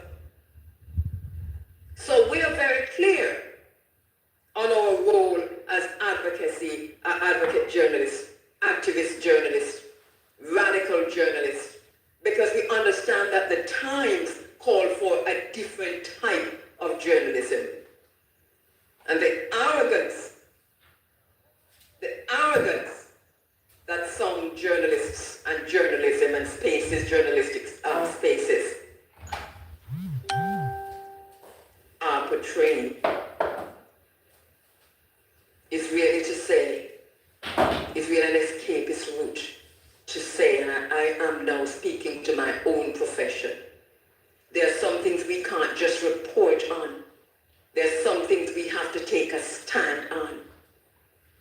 Journalists will have to take a stand on the continued molestation of children in Jamaica. Journalists will have to take a stand on crime and violence. Journalists will have to take a stand on the carnage on the road. And journalists will have to take a stand on oppression. Do you understand the point I'm making? Clear, Kabu, clear. The times call for a different type of journalism. All right, sister. And we are taking a Oh, my. stand. Oh my, as a journalist, sister. Oh my, is my journalism. And what as I said, oh man, how are you doing? That's gone already, sister, man. Me doing fine. Welcome to, oh, Rachel, you're speaking to Raquel, and thanks for, I'm not, my sister is my moderator in the community, so I hear from Team Nick will travel, with travel. Oh yes, Nick can travel. Watching from Berlin, Germany. Yeah, man. Welcome to the house. Welcome to the studios of KM Jamaica TV. Right here in the island of Jamaica, you know. Right here on the island in morning, listening to Running Africa. Now you understand in the program. Dedicating this song to them so they understand where we're coming from. She's gonna play music now. She's dedicating a song, so let me just mute the mic and hear the song for a while. I'll get back to you in a minute, yeah? Watch, man. Keep on watching and listening from Germany. Oh, this one is some serious song.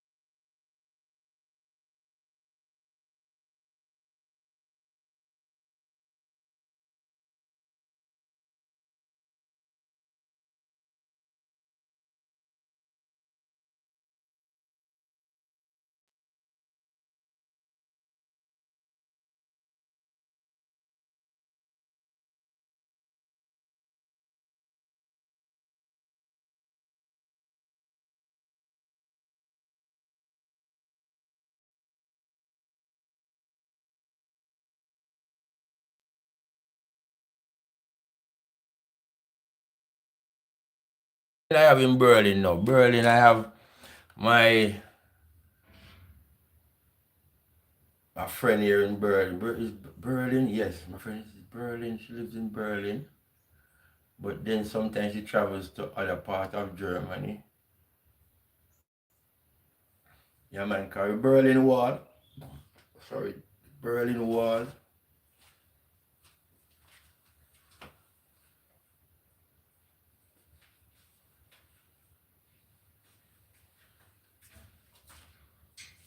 So yes, I'm listening to the program. I just turn the radio down now, and I remove I was live. So but I have to stay close to the radio. So I move back over there and keep on listening to the program. So it's a class. It's a Sunday class in a Sunday school, Sunday morning program, and Nation Listen. This is the number one radio station out here. It's voted for many years the number one. The Nation Listen, the populace listen to this radio station, yeah. So you guys now also listen to what we are here. Listen to in the forum. Yeah.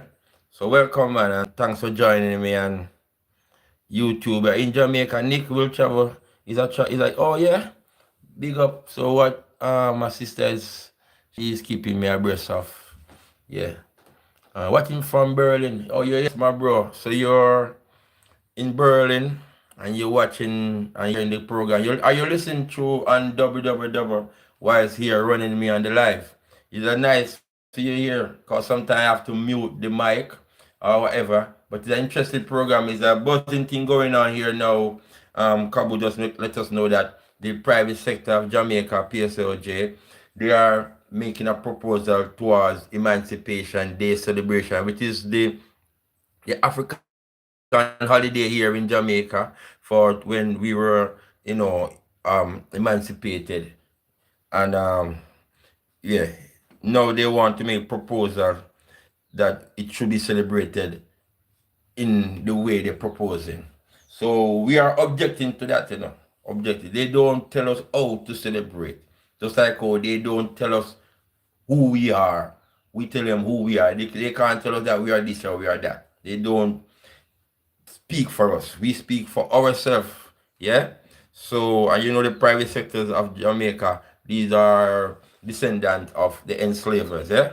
The white man them still have the money on the island, and the Jewish man that them control things. But we are the massive here, and listen, we have to control our destiny. Lovely seeing sister. We soon go outside, but I know you have to be patient with me. Please. If I go outside, I would have to have a mobile radio. This program, when I miss it, I speak already about it. Anytime I miss this program, it must be, I don't know. I don't know it's probably like one of the holidays them. When persons are just calling in to say big up and greetings on the holiday. I know that, like, but once it's something educational or any discussion, conversation, discussion, but really conversation, any debate or discussion, I'm tuning. So soon from this, it's not 8:30 yet. Soon from this, guys, 8:30 the break for the super a game that they play here on the radio, and so we have a couple hours to go, and then you start have the interviews when she's been interviewing Vernon Shepherd, Professor Vernon Shepherd. She's on the committee for reparation, whatever. Yeah. Oh, you gone, sis? Oh, yeah, man. I will do my thing, man. I'm doing my thing. Yeah. Big up yourself. If you want to sit out in the garden, I have some banana out there. One of them ready can cook like Sunday morning banana breakfast. Yeah. Some banana and callaloo. I can go to when I go out in the garden. You might gone. I look at the banana. Let's see if I can zoom in. Look. Yeah. Look. I have three banana and one ready and the other two can stay. Look, this one here. You see the banana? That's a brown leaf right there. That's not that one. I'm gonna make that one stay, but there. Let me see if I see any other one.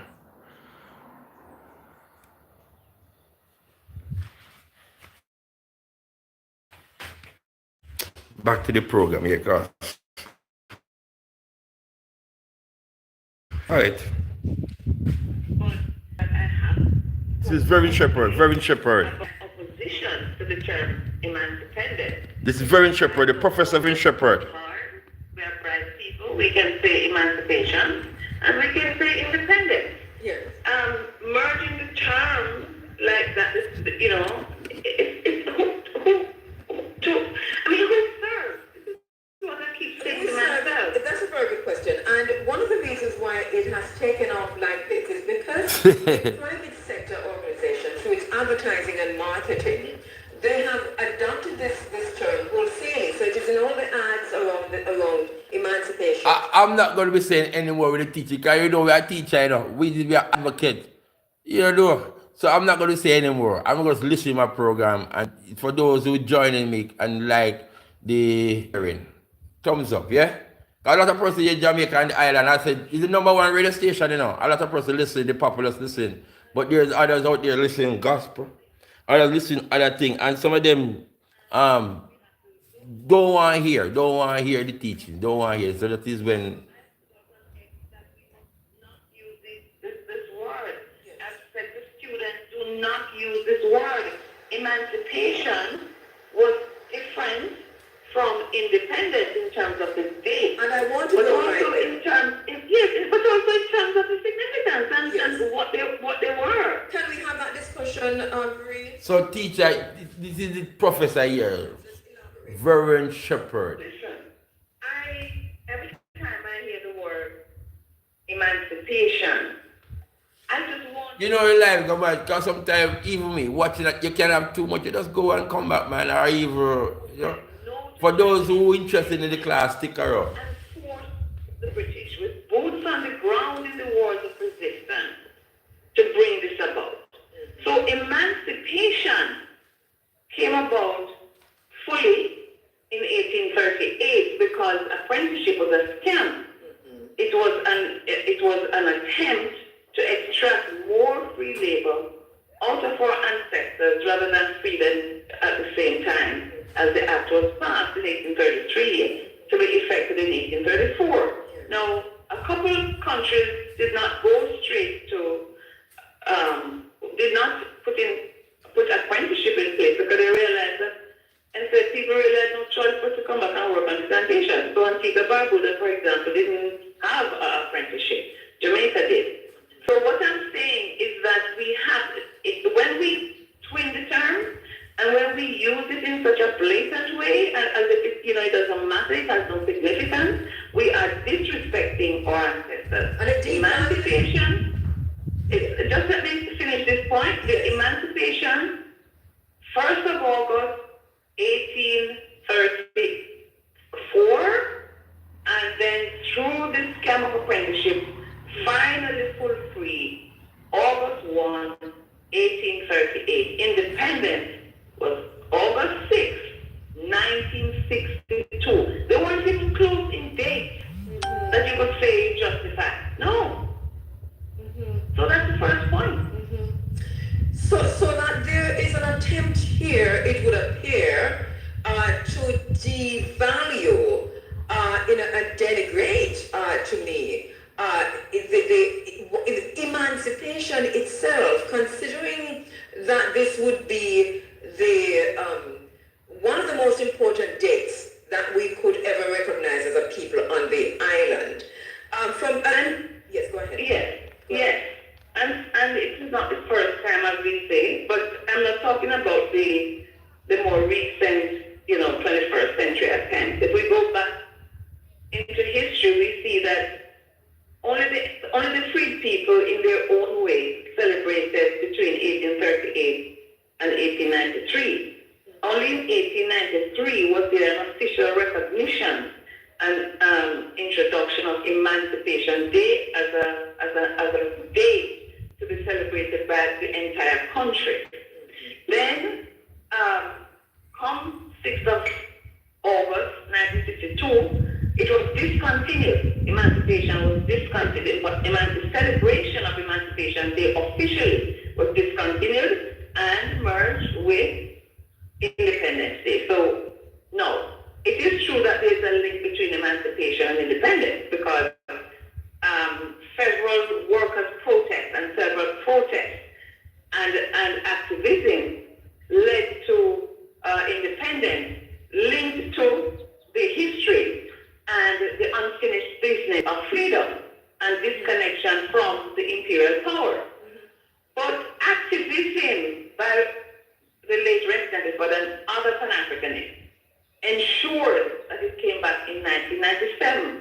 The law was actually passed in 1998, but under P.J. Patterson, former minister, it was reinstituted in 1997. Remember Emancipation Park was constructed after that with a Dinka symbol, Yes. and so there was an attempt to recover. Vereen, I want to draw a line here because you know, we are, yourself and myself, we have been written out of history from left to right here in Jamaica. Oh, absolutely. Absolutely. The struggle for the Emancipation Day to return as a national holiday was a fight among activists on the ground. That's what I'm saying. Yes. Yes, resting further than other activists. Yes. Yes.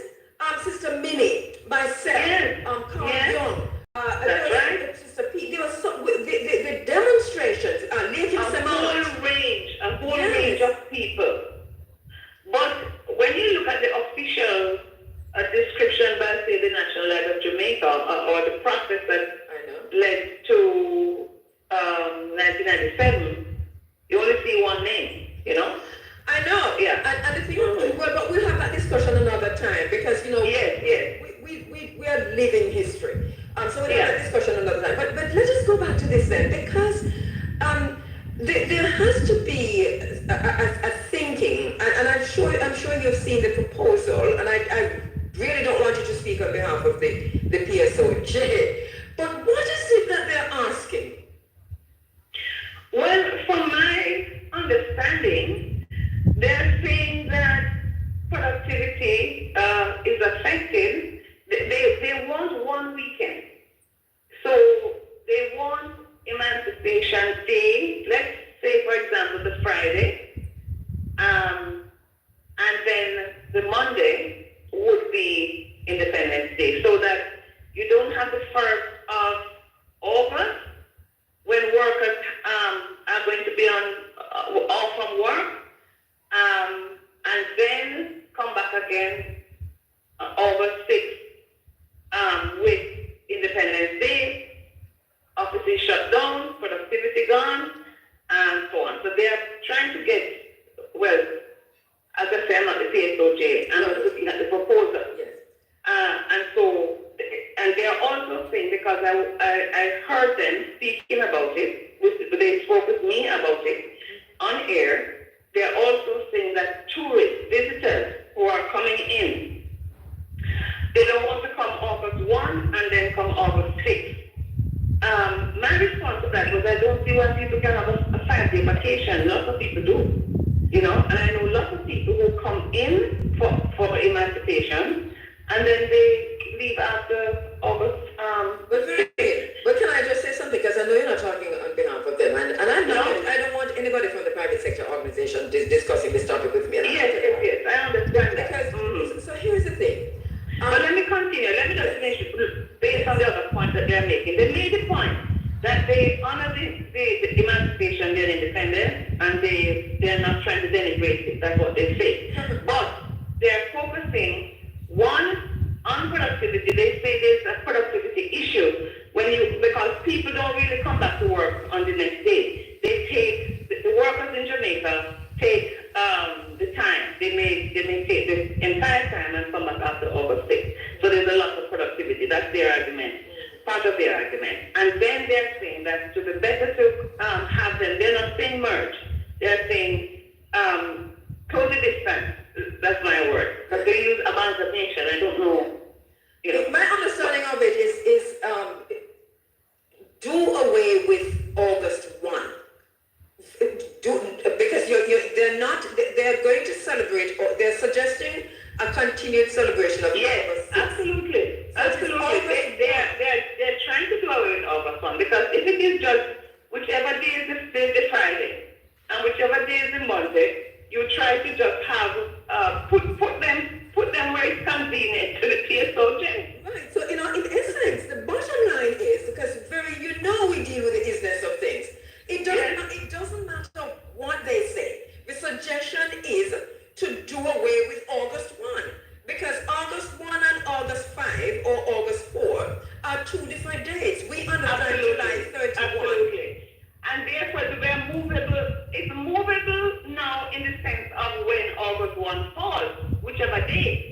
But what they're suggesting is a bigger movable, because it could be, they're not searching for whenever it's August 1. Exactly. They're searching for a weekend, right? That's keeping it to August 6. To independence. Yes. Because most Jamaican out here, more gravitate to the independent. When I'm independent, just as I was saying, the 50th independent in England, I got caught up in the whole thing, the celebration too. It was a 50th, so it was a mark, 50th anniversary. But if it was Emancipation Day, in England, these black people August 1st, they don't even know they know nothing about it. They gone about the business, no celebration, no. The only conscious African person would have gathered on that day, August 1st in England, to know and pay homage to know that it's Emancipation Day. Even though England gave us emancipation, you know, but they're not celebrating it in their calendar within the Pan-African or with the black history or the black community. Only conscious groups or movements. Scotland, Northern Ireland, and Wales. Alright?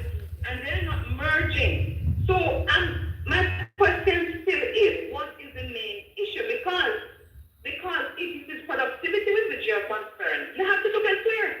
You have to do a holistic review of the other holidays in Jamaica. Because you can't prove without doing that research that these Go to Christmas and Easter. Go join Christmas and Easter. Go join Good Friday and Easter Monday. I would like to see the research before they continue with this argument. I don't think that's the issue. The issue is a commercial issue. Yes, commercialization on our liberation. Making as much money as they can on a weekend, and that's just my word, right? Yes, somebody That's just not sent their word. somebody just sent a text here, Andrew, to say it's Emancipation Dream Weekend, and I said I didn't want to use Dream Weekend the brand, and I hope people understand that I'm not saying it's a Dream Weekend situation, but just because we understand that whole weekend thing that takes place from Otrius all the way back to the grill. Yes, but I know what the person is saying, Yes. and I've been thinking something like that as well to say that that's the kind of thing they want. Mm-hmm. Is that's an example of what they want. Can I ask you a question, as I'm asking you many?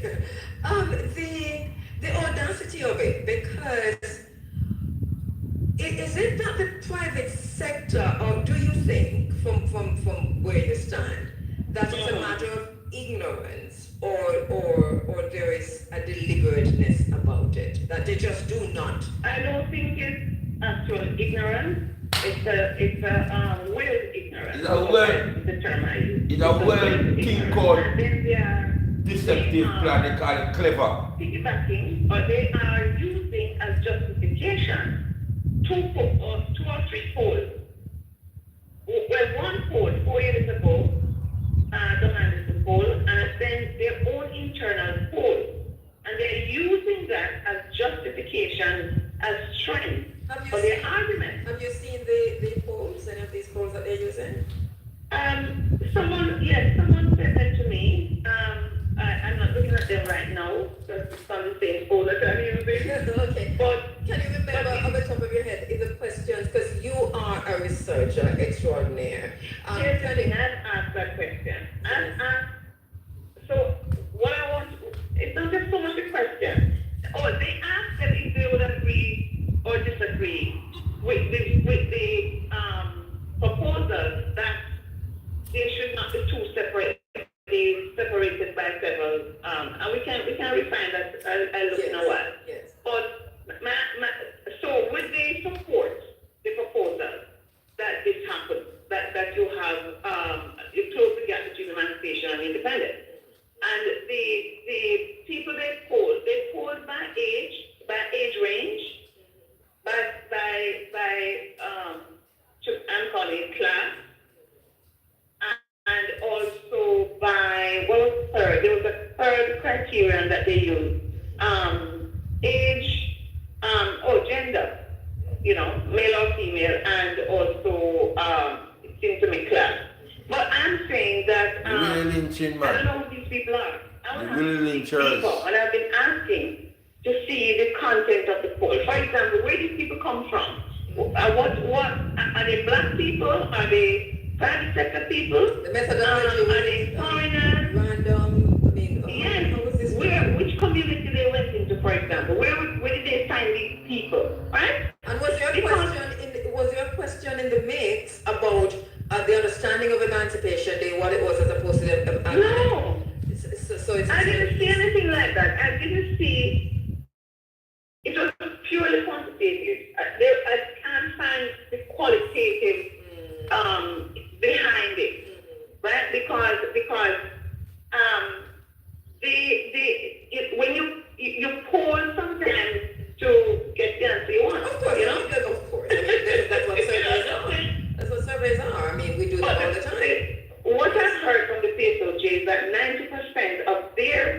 private sector people, their internal polls, they support it, but that's not a surprise. That's not a finding. I'd also like to know the makeup racially of those Of the 90%. people within the 90%. Yes. Well, we don't have that information. We'll have to dig further. Well, I've to get been, the polls. I've been researching the Yes. PSOJ, not the people at the front, but the people who are really the owners of Jamaica. Yes. Mhm. And then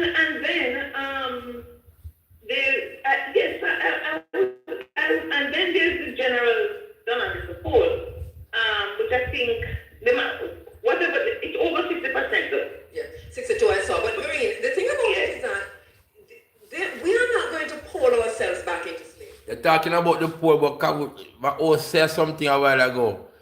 Whatever about the owners of Jamaica. The PSOJ, the private sectors of Jamaica, the owners of Jamaica. I can't see it happening because I laugh, you know. PSOJ, private sector of Jamaica, the owners of Jamaica. responsibility to lead with social conscience. Of course. You see? Of course. So that's what I'm saying. But the argument I heard presented to me by a member of the PSOJ is that how can I dismiss the wish of the people of Jamaica? Well, I don't know who these people of Jamaica are, and therefore, so they're saying we poll all the time, and we act by the poll results if the majority move for something. But I don't think this one should be pollable. It shouldn't be pollable. But if them poll it, as I was saying before, that the people them in Jamaica more gravitate to the independence and the emancipation. It's only the conscious-minded I and I who emancipating ourselves, who emancipate our mind from mental slavery. Only I and I celebrate emancipation. The majority is towards the independence. To the poor, it shouldn't be pollable. They shouldn't do any poll on this. That they would dare to do this. And why they don't pick on other holidays, Cabo? Well, Because I don't know if Good Friday and Easter Monday and Christmas and Bank Day and National Heroes, well, I hope they don't have National Heroes Day or Labor Day. but there's so many other religious holidays, especially around Easter time. They don't touch. They're saying that this is the only one that is so far from the other one. So what? The other ones are not merged. The other ones are not close either. I think this is what I think. If this was a situation, if this was happening with the Jews, I'm going to go back to that because we can identify. What would happen? It would be anti-Semitism, but also at the end of the day, members of the private sector organization would have to do a sensitivity training with people like yourself. Yes, but the other thing that the point I've been making publicly, and you touch on the issue of education level, sensitivity to the issues, ignorance, that kind of thing. I think the country is moving in a direction which would allow those poll results to happen. Yes. History is being either whitewashed or moved aside, and we don't have the kind of public education or action by the ministries of education in the region. It's not just Jamaica. Plug in it. That would make our people rise up and say, don't even ask me this question. Go away. Yeah. Before you start. Yeah. Don't ask me this question. Yeah, man. This is why. This is my concern. Yes. And only a few of us are there in the wilderness trying to get our people to understand that history is the landmark by which we're directed into the true course of life. We are going to rise up and take our people with us. It's basically what it is. Because if you remember, you were with us on the entire Insurgent series, and the reason for that, and the role that the university was in this used through the UA and the Jamaica National Heritage Trust played.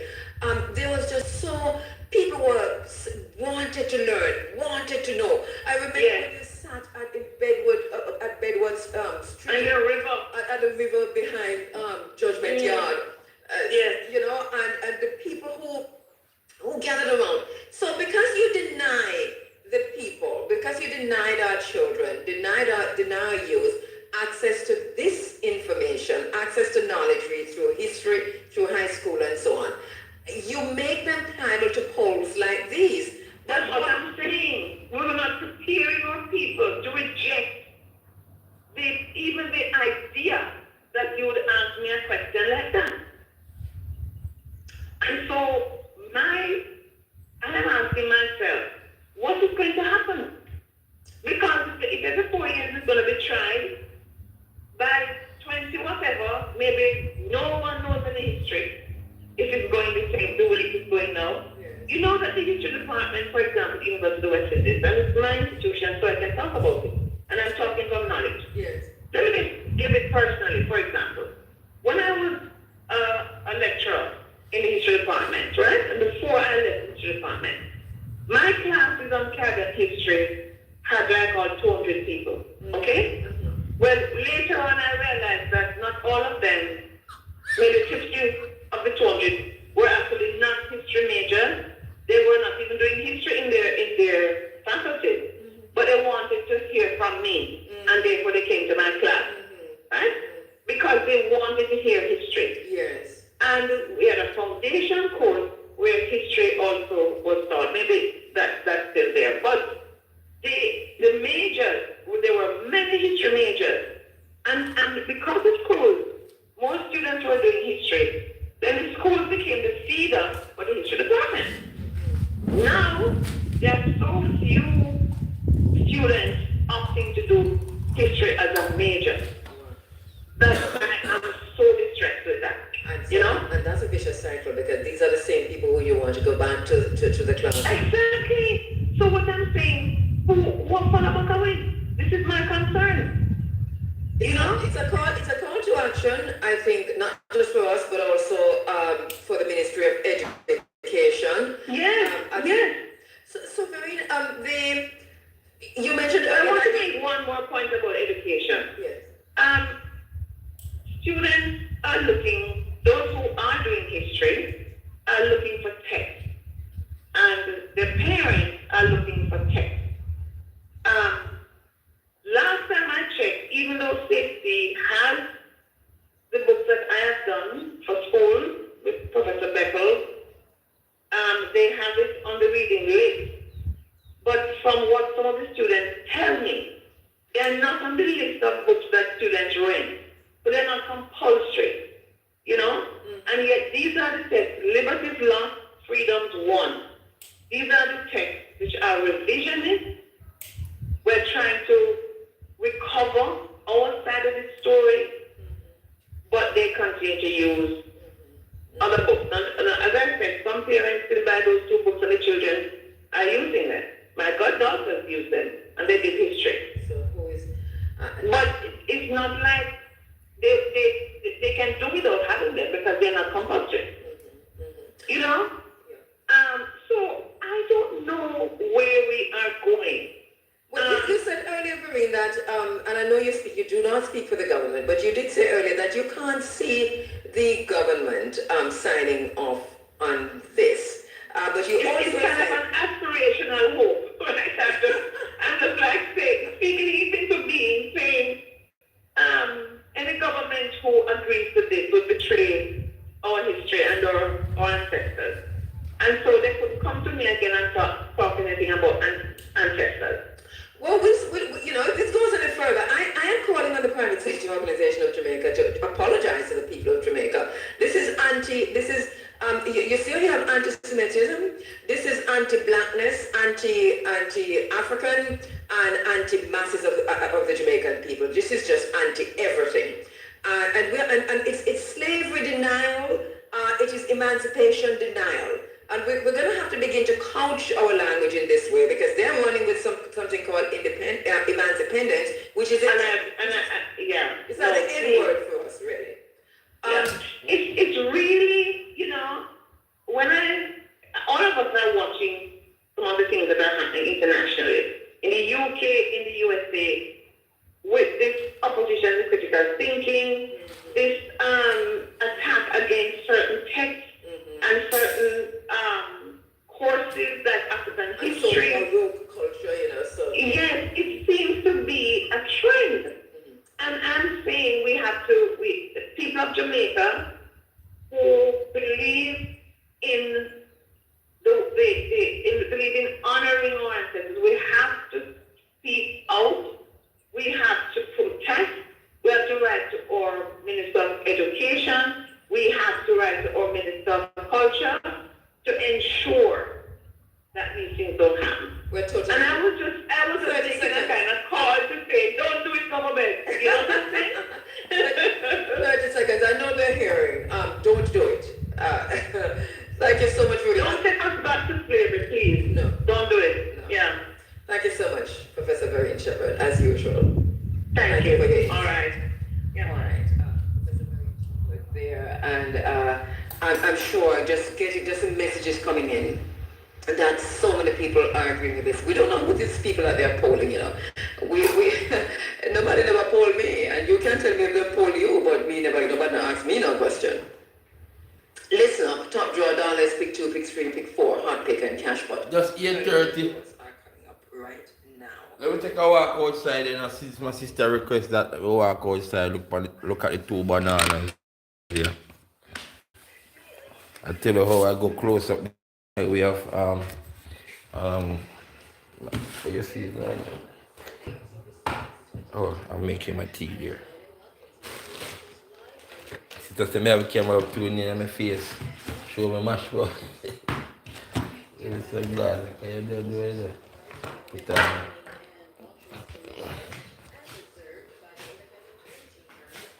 Yeah man, so you see bag on the yeah. Yeah.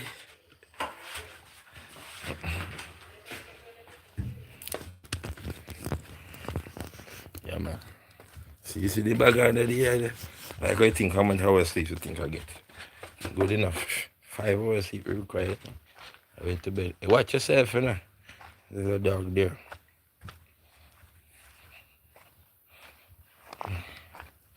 Is it turning around? So, sister one says garden damage up, man. Garden damage up from the hurricane. So, all my banana them. So I need to get rid of the litter. So I have some litter that when I was cleaning up, I threw them out. So I said to pick them up. That's what I do. And I put them in the bin. So can we get to understand the animals, the dogs, them draw things might in the garden and breeze blow. But in my environment, my surrounding, no littering.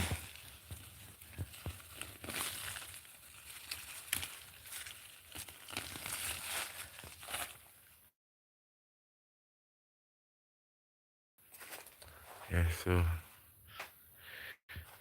he come clean up in here. Clean up in this. It's cold here. So you all of them where you see drop down, yeah. Through the after now. See all them suckers that are needed. You have to space them out. So those 2 have to go. These 2 suckers, yeah. Get them out, transfer them to somewhere, thin out the root and then set back the thing nicely. I was chopping the other day one pumpkin. I don't know if I killed the pumpkin. Let me see. Oh, see? I don't know what's gonna happen. Him with up man, him not gonna make it. So, anyhow. Here's the next banana. And it's why I tell you about when they bought in one road, they have 2 bananas already, you know. So probably I might be forced to leave leave a few of them like that. Look, same road, see. So this tree here and that tree there. So here's this one. This is the one I say I could cut, yeah. Okay, make it stay for some more. But you know, it's from the same root, you know.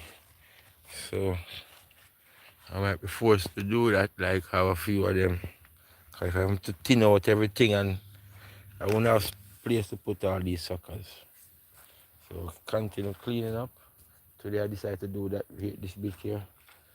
You know, clean up and process I have like issues with just cleaning up and not cultivating, but due to my time schedule, but I'm going to do something, even to plant something that I don't have to attend to regular. But I have to do what I have to do. Plant permanent trees then, orange tree, orange plant, or my brother is going to do yam production. But we're just going to create different interesting thing, you know. The coconut tree here, I took it here at this tree and the wind, the hurricane blew it.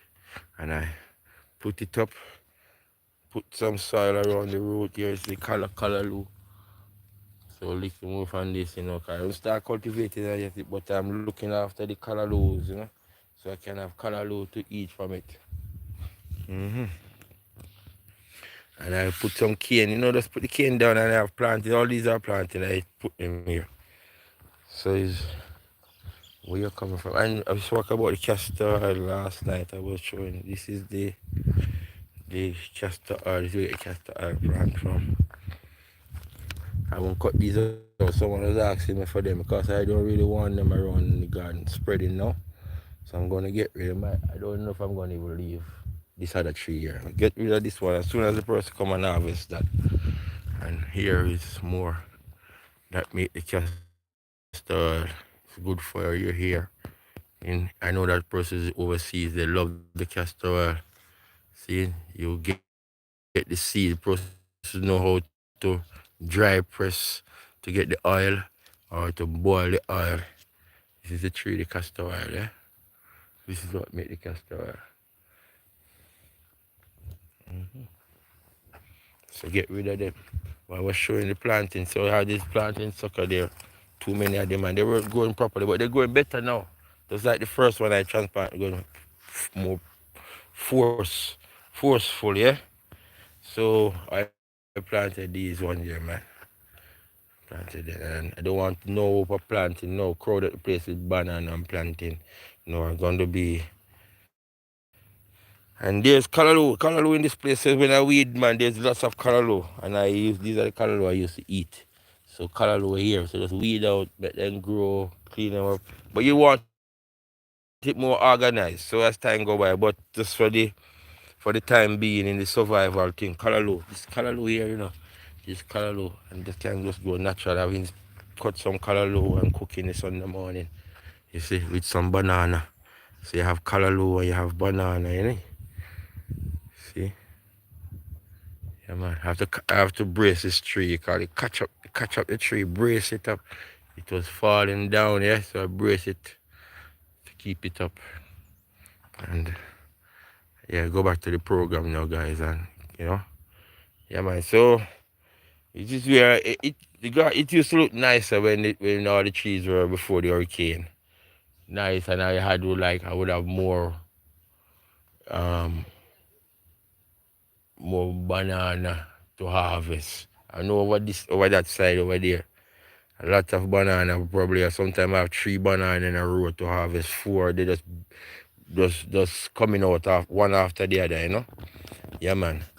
Um, Clean up the hurricane and get back things tight nicely together. I grew this. You know, if you guys, I say where we're coming from, where we started this thing, and this place, the rubber that was here in this era, to know that all that talk about litter, you know, me I talk about garbage, you know, rubber. Yeah, man, even from the construction and from everything. I never knew that could get banana to really and them things that grow. So even if it's overgrown and because this is like, you know, nature, what you call it. If it overgrow like this, it become moist and eventually the soil become even more fertile. Because you see, all the cuttings and all them things there. So it's just making the thing shape. So it's taking shape. You know, remember it says it's start, everything has stages, you know. You work 1 year on the land, the land was in a bad state of uh, need debushing. You work on it 1 year, and as you work on it, it gets more, yeah, better, refined here. Yeah, man. So this is it. What happening here? So what I'm even cutting up them woods and leave. These drop them from the hurricane. If you notice, there's some cocoa that was growing. I just threw it this lime tree because this lime tree, I saw it growing and I encouraged it to grow. And then the other day, because they're heating up the leaf. So I saw some on it and I killed them. And I do remember one of them get away. Because this is also one of the pest control manual to go around. But you know, it's lime tree, it's tough, it's hard. Even though the insect eating now, it will survive, it's surviving. And then I have a lime tree here and I planted one the other day just over there. See? So this here is you're gone. If you're gone, you know that I'm doing my thing. Watch hours. The breeze the other day, the rain blew this nice cane, blew it the rain. I chopped cane the other day. Look, I chopped out cane and I sent cane overseas and I'm growing back up, growing back the cane, growing back the cane. Growing back the cane. Yeah, I plant a lime tree over there.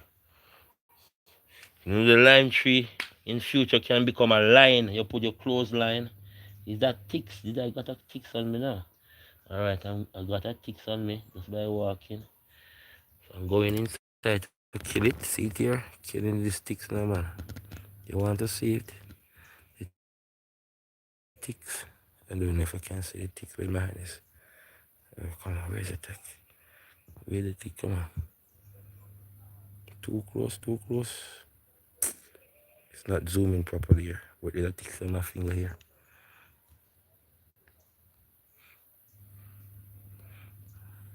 One of those red, medium sized one, you know. Don't tell me it's gonna drop. No, I'm gonna catch him. Let me see me get him up, show you guys. It's a small one, this one here. Not that big. But yeah, you see that red thing there? It's not blood, you know. It's a tick. I haven't killed it as yet. But that's how it comes up in the screen. So I press him out now. So you see him blood out now. But that was a tick, yeah? See, that's it. Just crawling up on my leg, just caught me just now. So when you come in the field, I have to wear my water boot. I have things could use to prevent them from crawling on my skin, you know. But yeah, let's go back inside. Yeah, man. You see, my friend would have teased me, you know, man, with my name. I have some name my friend give me, sister.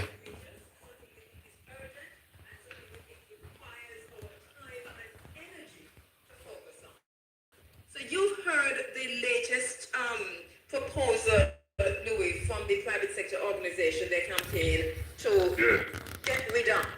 It's basically what it is. They say amalgamate, but when we look at it, really, it's a get rid of Emancipation Day, August 1 as a celebration, a national holiday.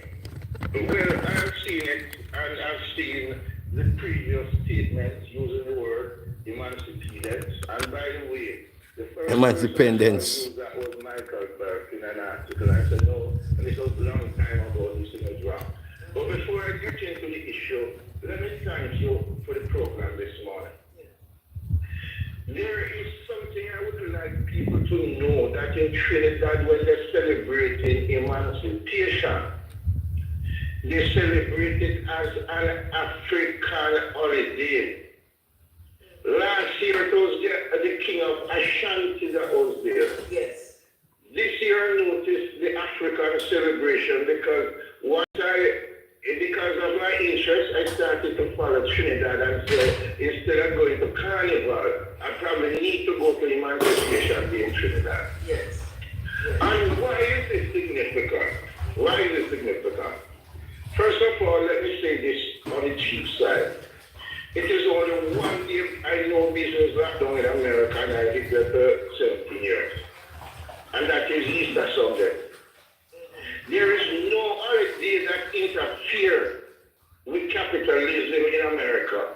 And I don't see all the underdeveloped capitalists want to believe that Emancipation Day can affect their business. But I just put that aside. Yes. I would like to really shout out to Ras Lion in St. Catherine, who assiduously, before Mr. Patterson made this holiday, he would even invite himself to PNP conference to pressure the case for the government to do it. So there's a link between the Rasta movement and the resurrection of August the 1st as a holiday. So I don't remember the year now. Was it 1995? 97. 1997. 1997, I wrote an article that was published while living abroad in the Gleaner. Why should we honor and celebrate Emancipation Day? To me, it was the finest expression of my understanding of Jamaica's history.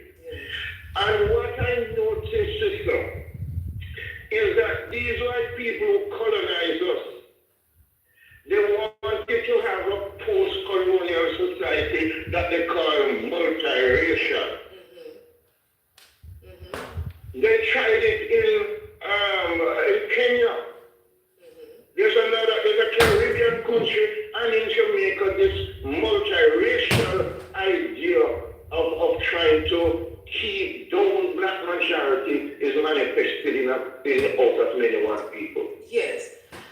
And so that you also wrote in that article, right, that, and this is how you started, there is still a fear surrounding the idea of a real black majority in Jamaican politics. And you go on to say it was this fear that inspired the abandonment of the August 1 holiday in 1962. And this is an article where you were calling again for the celebration of August 1 as a national holiday. What is this fear you're referring to? Okay, I just say that I get goosebumps because the fear is rooted in 1865 Paul Vogel uprising. If you go and look at the system of education, three things they said they would do. One, enforce British culture. Two, bring in the church. The church as part of social control, and they had an open thing where all these missionary movement, Jamaica now has the most churches per square mile, and you get people so immoral and unholy. So the role of the church itself was to keep people in social control and to prevent them from seeing their true self. Yes. Because the religion is a displacement of your traditional thinking. And to remain passive, so that you Exactly. No, I was talking to a colleague yesterday, on Friday, on the University of Western where I lecture at.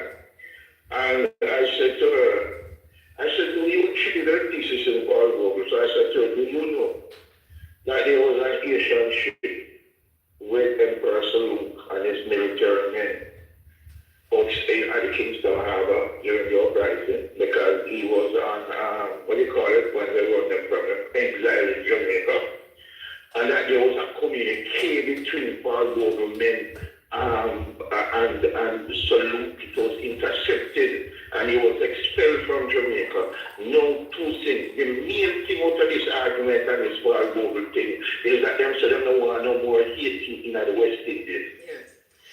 Which we see is an ongoing thing. There's a whole other conversation because we see what they're doing now, even at the expense of keeping Haiti a gang-infested space, because they're doing this deliberately. It's their people. The same thing that the private sector in Jamaica would like to bring us to Haiti. The major problem in Haiti is the elite people in Haiti, the elite white people, the elite black people in Haiti. That's the main problem in Haiti. But Haiti don't need no election. Yes. Don't we have, as we talk about Jamaica, this situation in Jamaica now regarding the private sector and the masses of the Jamaican people, don't we already see this emerging, the very same status quo that we see emerging in Haiti? All right, let me finish the Paul Vogel thing and get on to this. There was an educational system that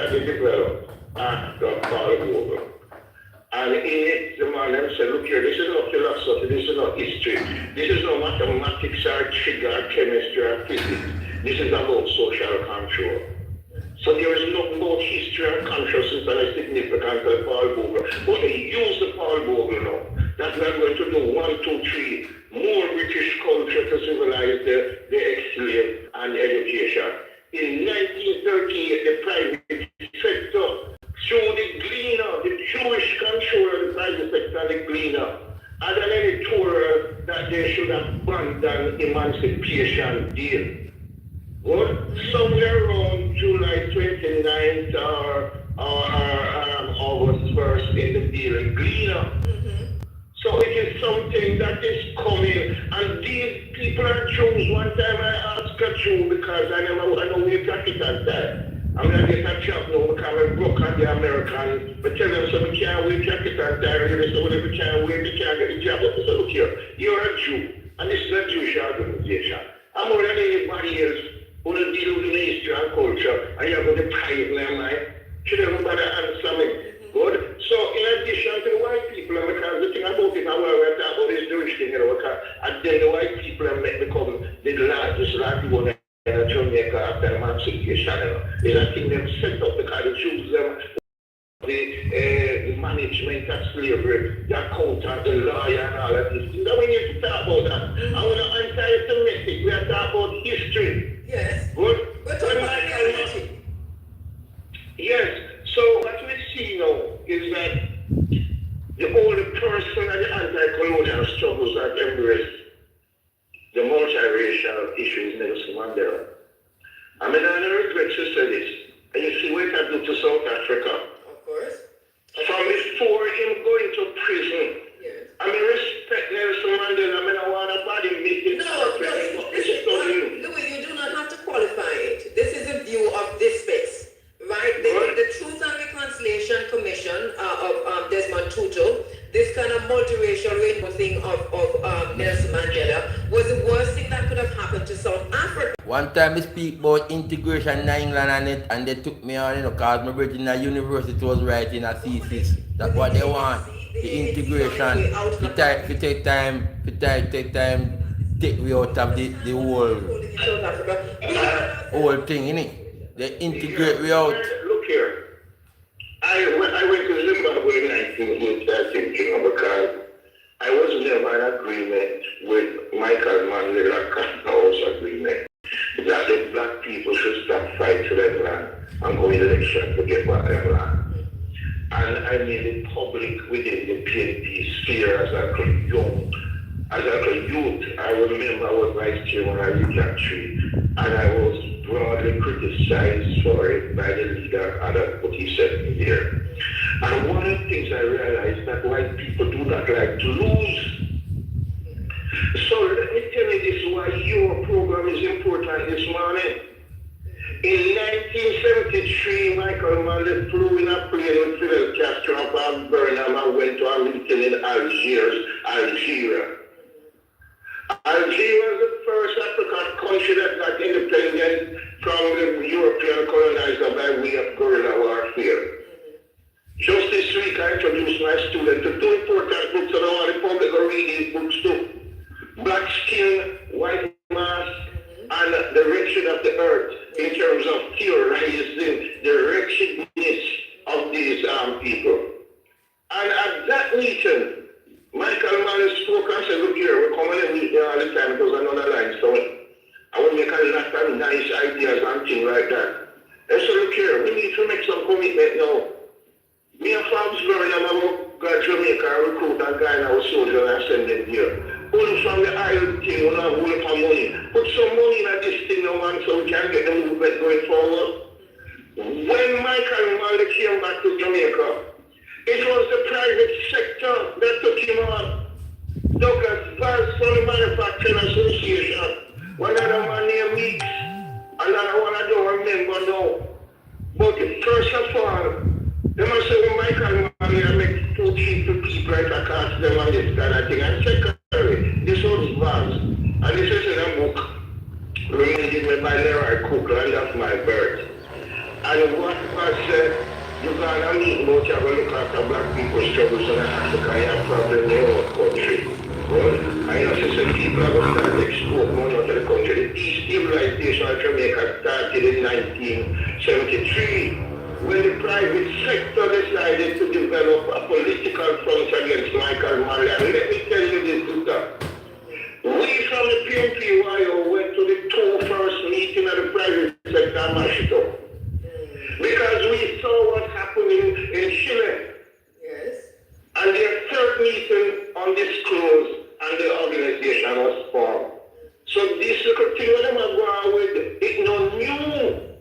Right, and you mentioned that in the article, and more than one out there too that you have written, and others have talked about looking from 1962 to now, that struggle to recognize the masses of the Jamaican people, the struggle for liberation and emancipation leading into independence later on.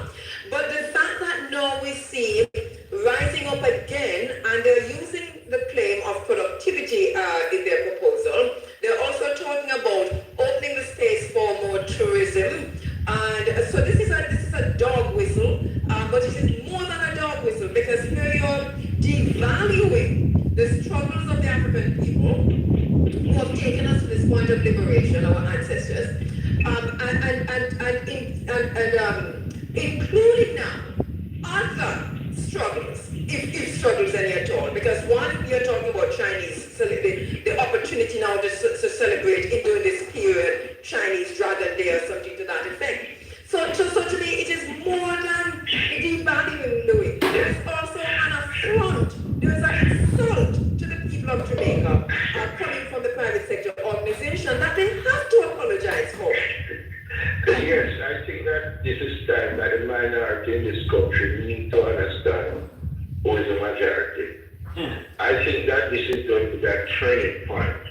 I want the black people, and especially look at young youth, most of them are sense except to get them credit card and work like them enjoyment and all these things. But you can't blame them because when you ask a youth who at university level, what took place in 1865? Black. What took place in 1938? Black. But isn't this part of the deliberateness, part of the deliberate strategy to dumb down the people of Jamaica and then to use them as fodder to buy your private jet and to build your houses up in the hills and down in the valleys that the two Jamaicas now taking shape, or the three Jamaicas taking shape? Yes, I want to recommend a book produced by Electoral University who are the West Indies. Well, up in the hill. Now we are going to the valley. I might not be correct with the title. Don't mix me with them. We are not like them. Good. And I don't remember another one by another professor, but let's get on. What they did was to look at the first announcement of black nationalism in Jamaica that was done by Paul Bogle. And how the system set up. Yes, that book, we read that book in the Running African Book Club in 2000. Paul Bogle did have a estate doing up Cabo. So some of my estate have to liberate. Testing British culturally. Like Bob Marley estate was to liberate, 1920 by Brian Moore and Michelle Johnson. It was fantastic. And I was saying to this young teaching assistant, I said, education, all of these commissions, they are not foolishness. I said, do you know it is the World Bank that funds Jamaica education from 1962? And that I saw the national curriculum, and what marking it is the GOJ/IBRD. And I said, all of this thing that is happening in this new colonial phase, you cannot get them to teach the history of the country. You cannot get them to teach English as a second language like how you teach French and Spanish, so the patois speaking people can deal with it. And most profoundly, you cannot get them to change the philosophy of education from rote learning, ROTE learning, to one of critical thinking oriented so the people can go beyond recall. The thing is, the church teaches you not to question authority and the education system. It does the same thing.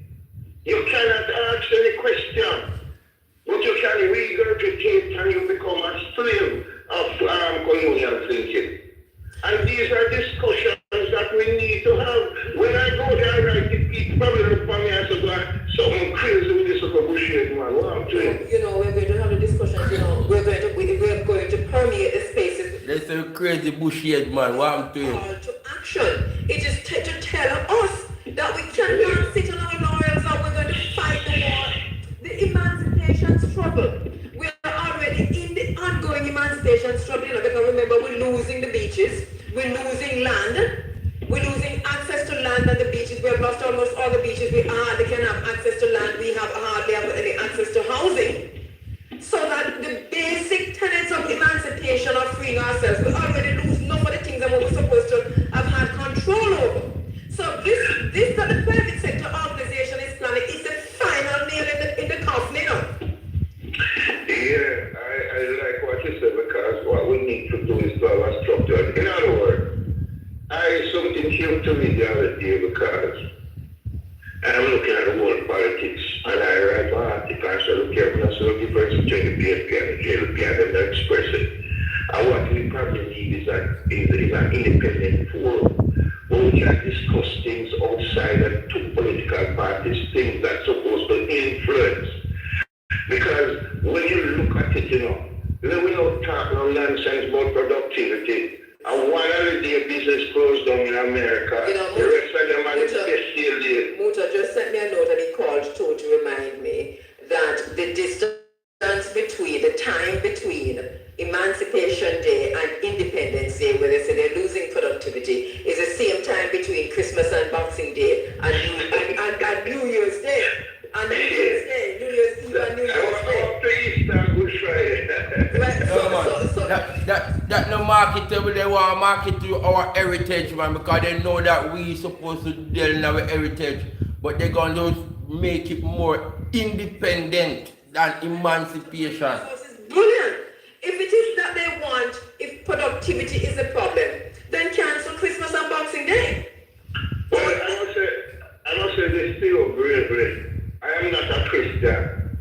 And one of the things I write about is how dear these so-called founding fathers develop a Christian song, Eternal Father.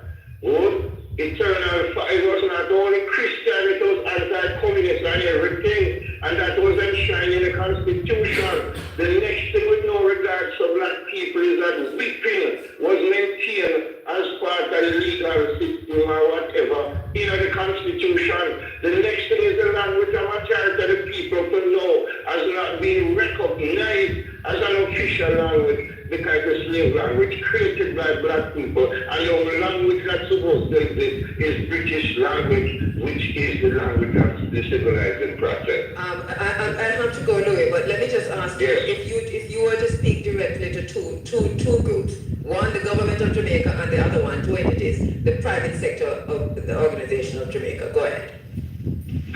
Well, one of the things I want the private sector to understand is that slavery will not continue. Because under slavery, the private sector has been running one time now, and Marley said when I was asking about the nationalization, he said, yeah, can't be, because the private sector run Jamaica from 1660 to up to the time. And the thing about it, this Jamaican private sector is racist. They're not interested in building this country like how the rich man in America build America. Rich people in America build libraries and build health centers and do things. But not one school ever built in this country that Cuba come and build several schools, communist and stuff. To the government and opposition, both of them lose them way because they're not anchored into any form of thinking. They have no philosophy or no historical roots that can help them to guide their policies. And I want to say good to Mr. Wallace and Mr. Cooley. We need to study some history about the country of the history of this country, and make sure that I use it to guide the policies. Thank you so much. Thank you so much, my brother. When I need to order concrete for my big or small jobs, I order only solid concrete. Yes. You got to pay me for the advertisement there. Only Is 3 minutes after 9 o'clock. 3 minutes after 9, so we have another hour to go outside and do some work. But when I work sometimes, I like to show you how I work hard, But I will take you in the garden. As I said, I have to be cultivated, So we're going to make like seed beds. How to make seed bed, proper seed bed, And even after you make seed bed, if you because we're not going to add any animal manure. But we could have some compost. If I have compost, anyway, I have a compost heap or anything and it breaks down and use some of the compost. And yeah, man, make a nice seed bed and sow some seed and we take it there. The shed, the covering from rainfall and germination stage and transplanting, preparing for transplanting. And what you think grow? Grow with the channel, that is the garden inside that channel. But today again I have this person supposed to go and do some garden for me, land cut waka, what you call it? Strimmer. It is trimmer, I know it as a strimmer. We call it waka. It's a cut the yard. So I have to go on the street to monitor that job to see that the job is going. I'm gonna give him a call as soon as I finish the program, give him a call, find out if he's there. Go and see that exercise. But they say I go outside too, so I don't know. But this is how my day goes. If he's there, I go, do what he has to do. If I come back then this evening, I could finish my gardening. Every little make a little, as I said, once come and say, oh, that space. They don't know when I started when, but I have a tree here. I wasn't here, but I came by and I planted that tree, and that tree is now a big tree. It doesn't start bear fruit as yet. But we do the bananas, them I had several bananas and sell and make money. We make more than 20,000 or out of the banana in terms of even $1,000. It's a long time I'm selling a banana. I don't sell banana. I wouldn't say I stress my price with banana. My vendor, the lady that I sell my banana to, she always, oh, I want some banana, give her, and she not complain.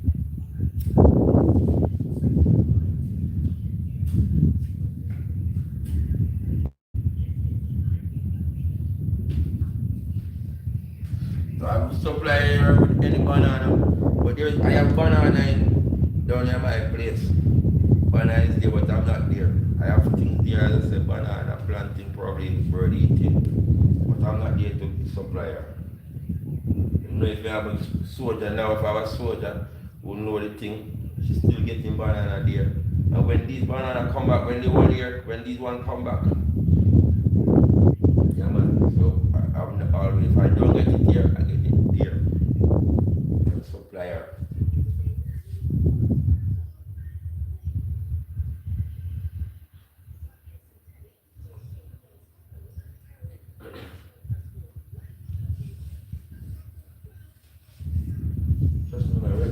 Let me show you, man. Them banana over here, sir. Them one here. Yo, these banana, man, I'm telling you, man. Out there truly. Take out the place, but they're easy for drop. The Spanish nigga easy to weed up.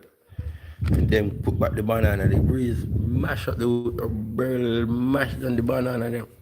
But they're coming back now and lots of sucker.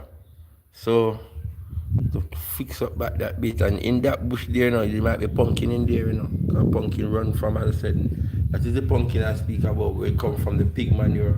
If it comes over here now, you pick that pumpkin and you eat that pumpkin. Am I eating from the pig rudiments?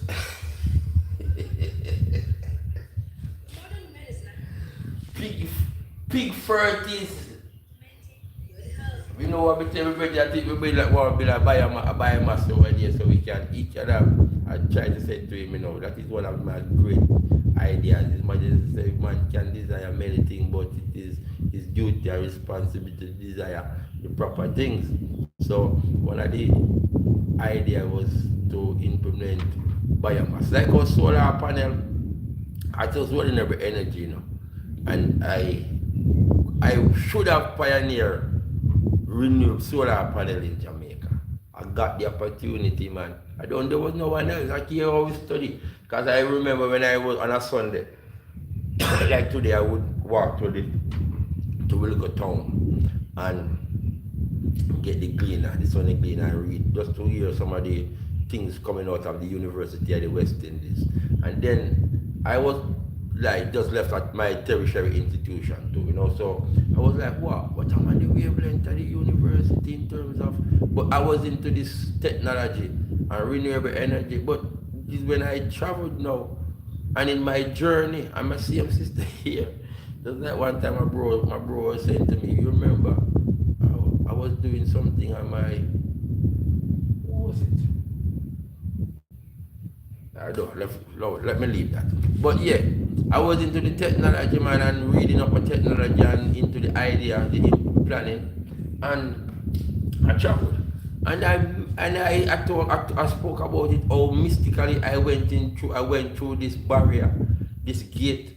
It's like going to the national arena it's like going to Vice Cartel concert. I speak about it in my life already with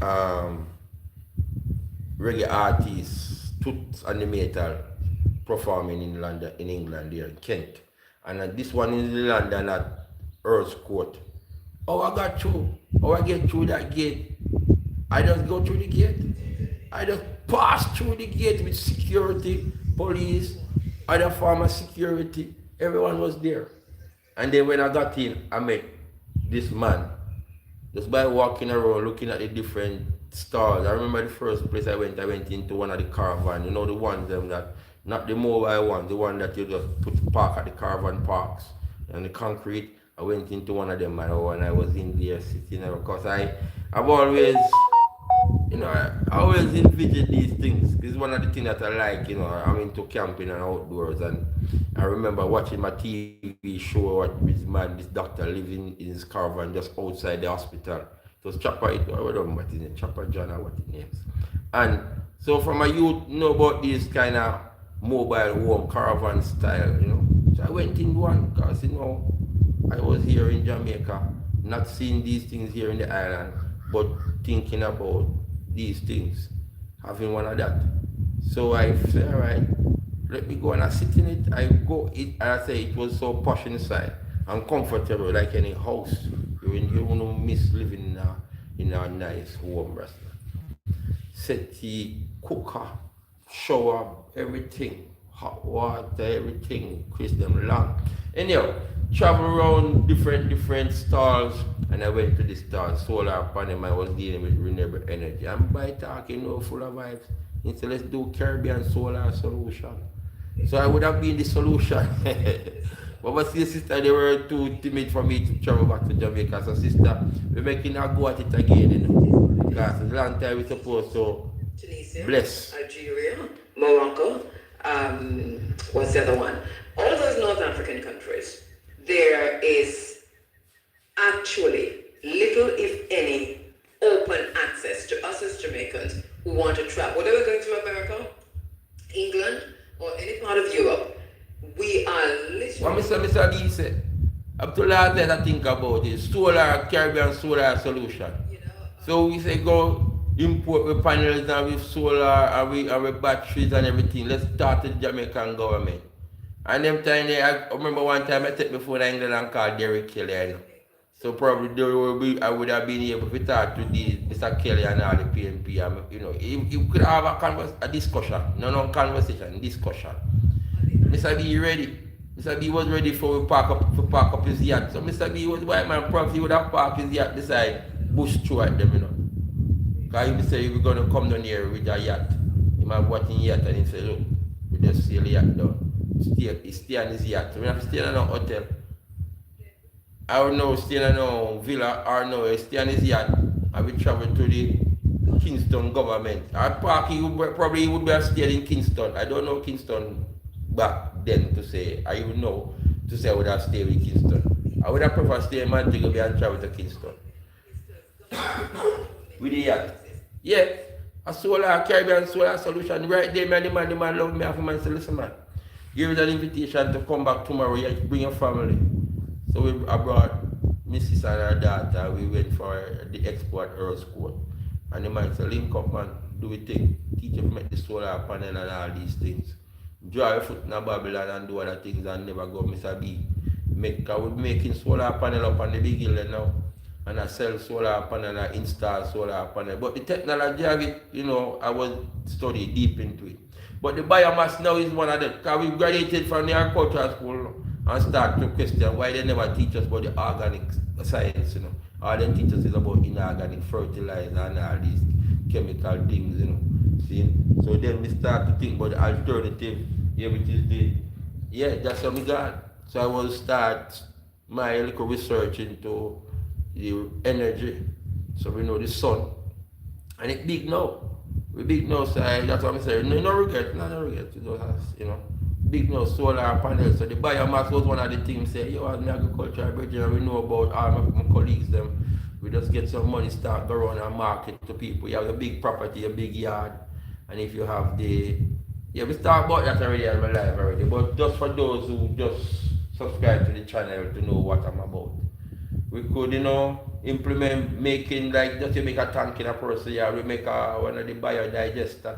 So right there you have cooking gas right throughout your life. All you need is the cow feces or the pig feces.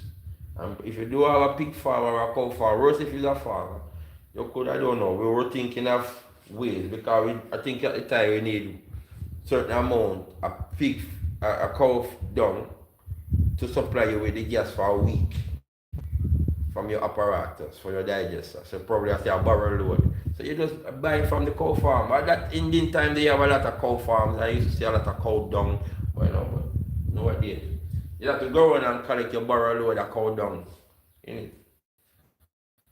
So you have to be persons who interested in these things. Anyhow.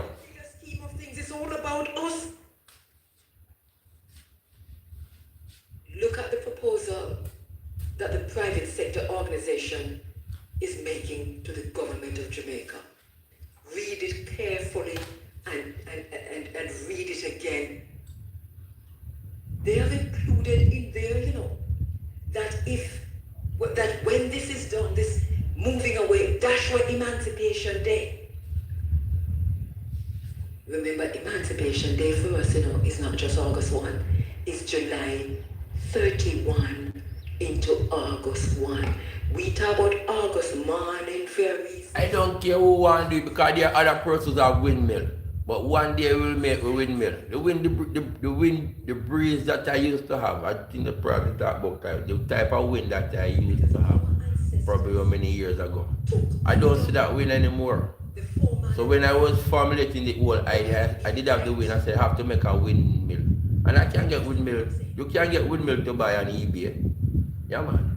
Just install them just like now people are now. Things change now. Now you have persons putting up internet poles all over and stand like, you know, the 4 poles standing like, you know. Yeah. So persons we can make them. I know like first time it was harder how to think about getting welder man to well up stand. And we put up a windmill and generate your own electricity. Many of our ancestors came through the Ma'afa, came through the... This was from, my idea was, you know, Pan-Africanism towards developing our training on our skills.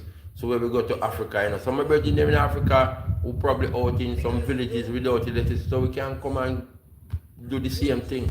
Provide, create our own electricity, you know, our own energy. Our ancestors overboard and claim insurance for that.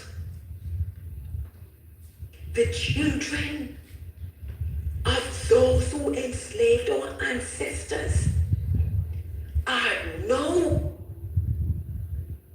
saying to us because they still have the most power. So the freedom is not completed. The liberation process is ongoing.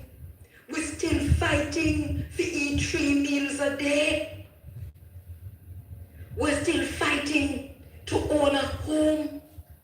We're still fighting to own land because the thing set away the children of the of the enslavers, the descendants of the enslavers.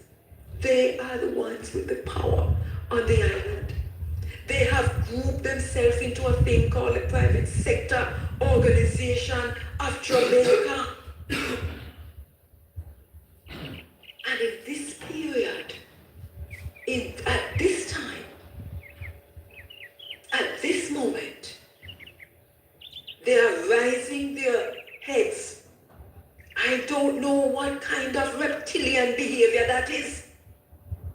say that you are now coming to take from us, the survivors of the viciousness of your ancestors, that you are now coming to take from us. That day that we observe as Liberation Day. How dare you? How dare you? The blood of our ancestors not dry upon the land, and this is what you're coming with? Now listen to this. Listen to what I'm talking now to the private sector organization of Jamaica. I want to clear out the people who are fronting it. Whatever title you have where you're fronting, the frontline people, I want to clear them out. And I'm talking now to the people behind the scene. Listen, listen, listen to this. This is what your ancestors did to our ancestors. Listen. No music for me. Let me listen and hear what's going on. Let me listen. No music for me here on my. I will translate. I will tell you what's going on.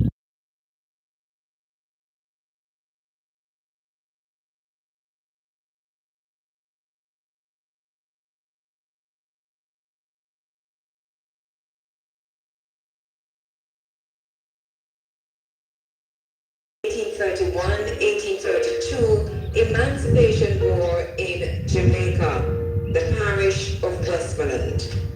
And yo.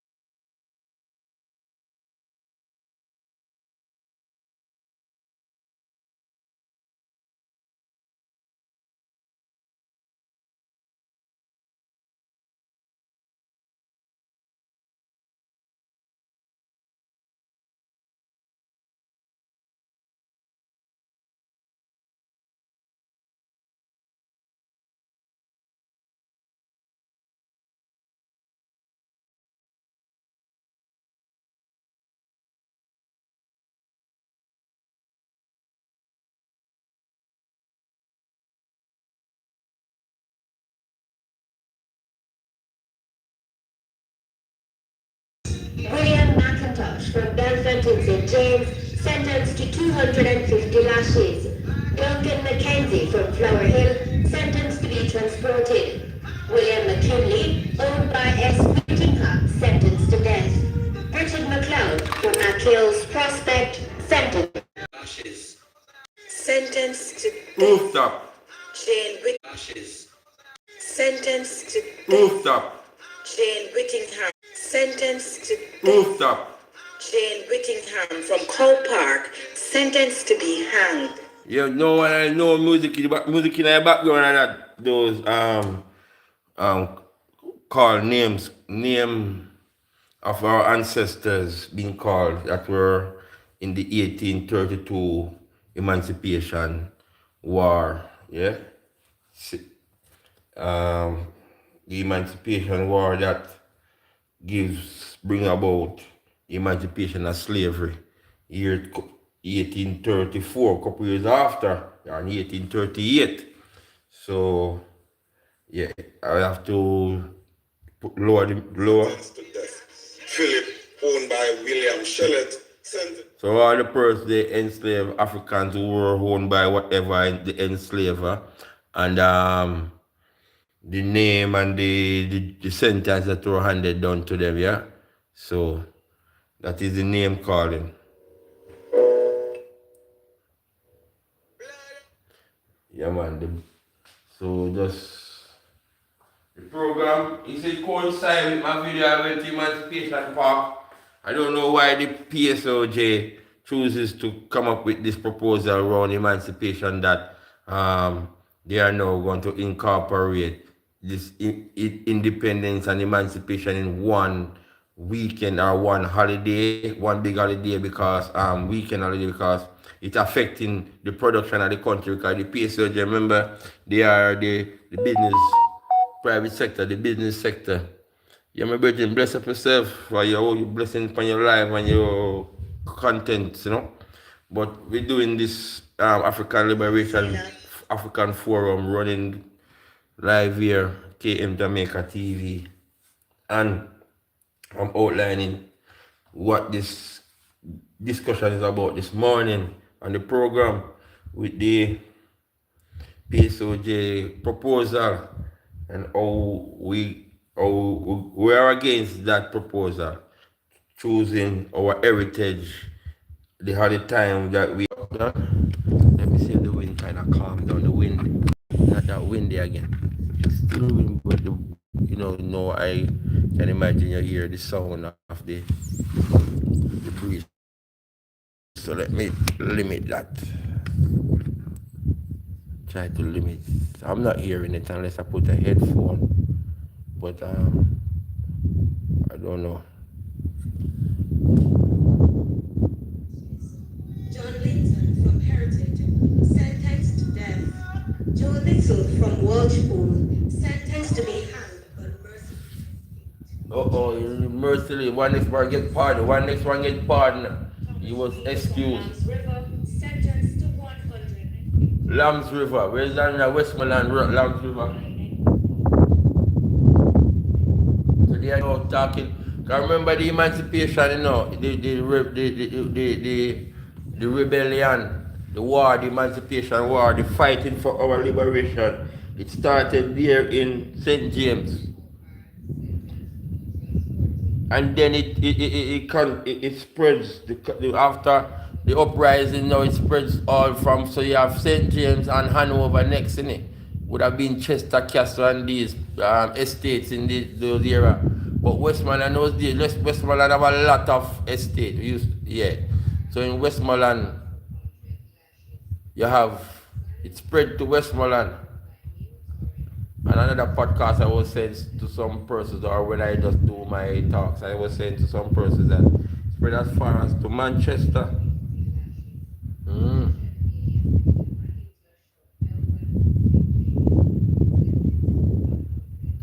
So emancipation.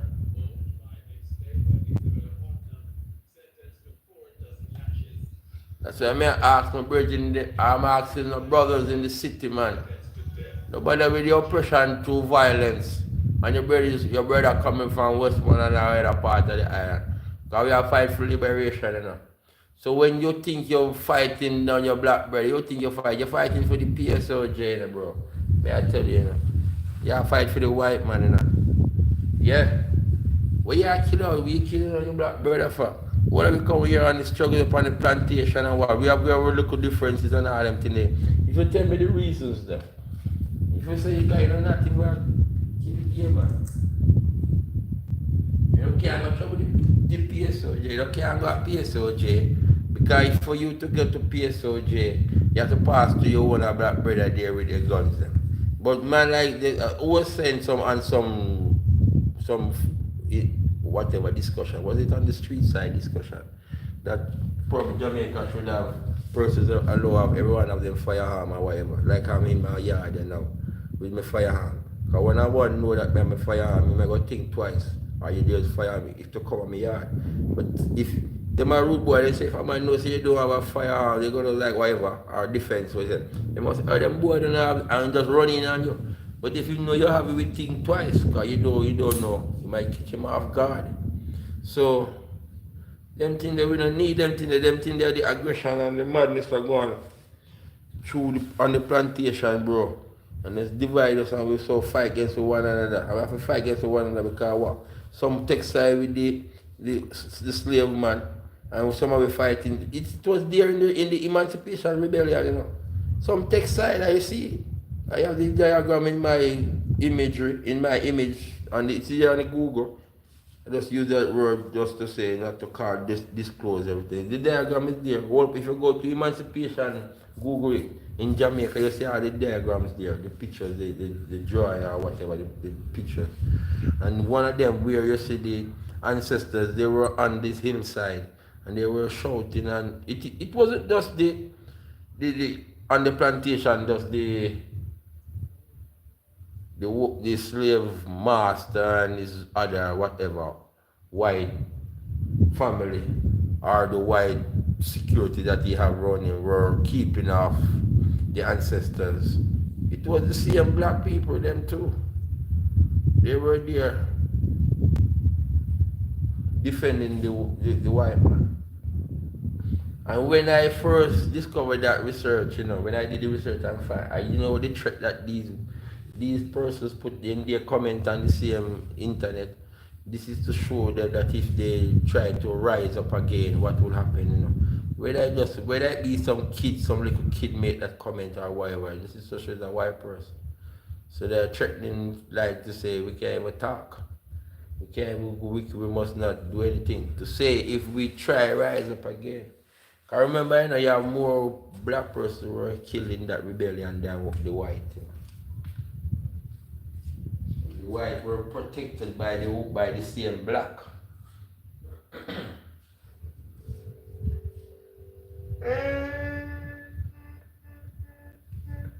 So when you go on Google and you see, when I found that years ago, I found that.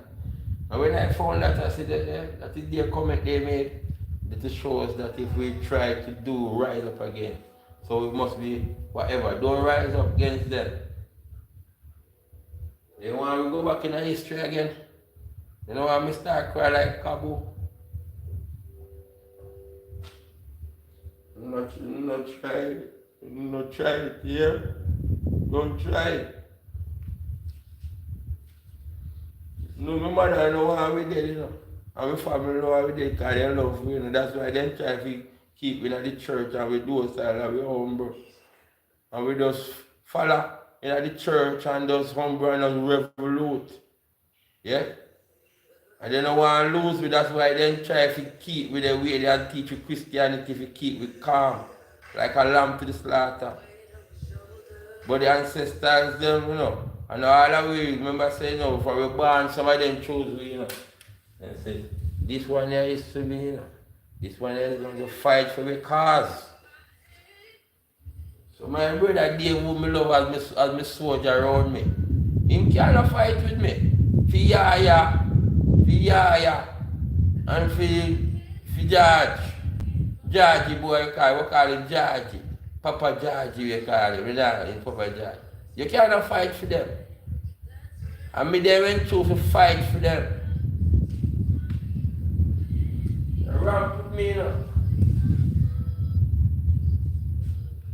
So when me we go down my name, we go down this era with Papa Georgie. Papa Georgie, great grandson rise up. Ramp with me.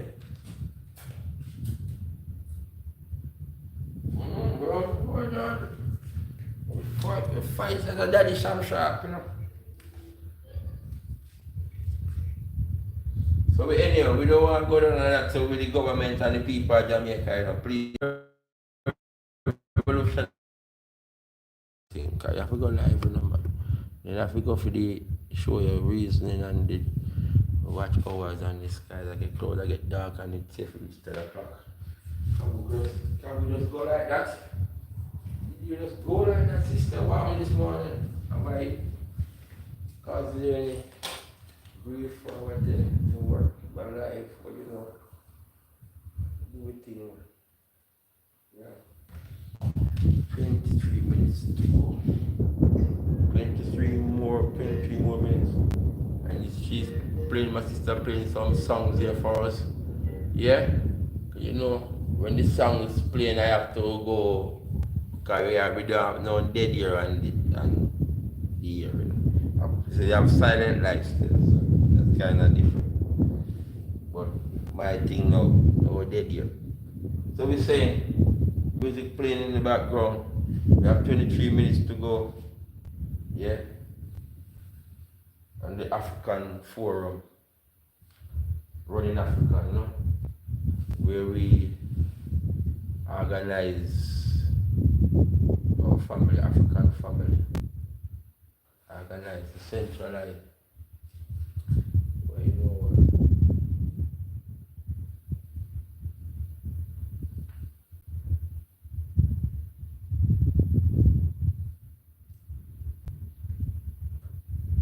our moral obligation, man, to remember,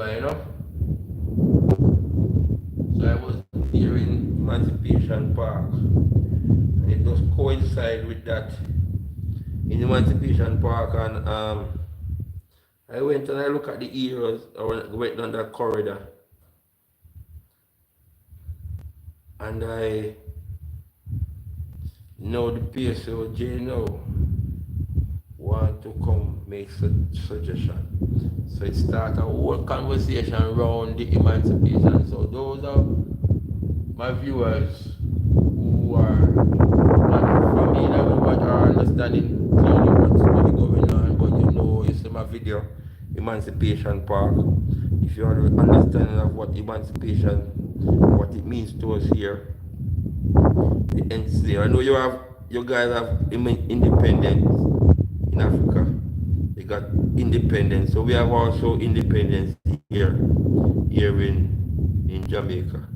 But we have emancipation. We got emancipated before independence. We got emancipated years apart, like from 1838. Yeah? And and then we got independence. And in between that we have uprising in Jamaica here. And Paul Bogle, our national hero, fighting for workers, for rights, for liberation, for freedom, for better life, for the Africans here on the island enslaved where we were. Remember, we here on the island still have a governor as a white man and everything, rule the King of England under the Kingship of England, governor, the white. Same thing in Africa you had in your um, colonialism in Africa, where you in the country but white rulership, white king from England and whatever, white Livingston with him big boot in a black man neck. You think it's a joke? I just want you guys to understand the whole park. See how I said how it just coincide that I went to that park and then and even went down to the waterfront. When I went to the waterfront, that is the whole rebirth of Jamaica. You see they put that rock.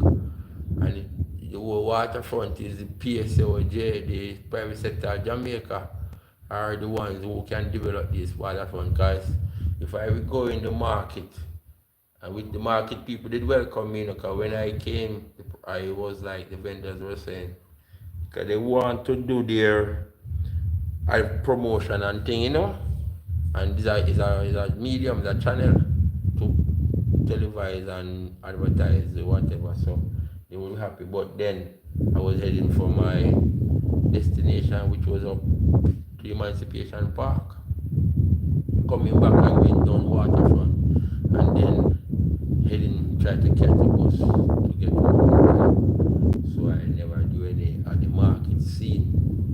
But yeah, the market is close by and it's downtown, and we there in that squalor and small space and dust down on the waterfront. Even down there want to fix it to keep it clean. I see water bubbles set in certain places, And I see the private sector there, the investors there, we welcome investments, But you have to do it, as I said, the rich man in America, in the program here, said the rich man build America.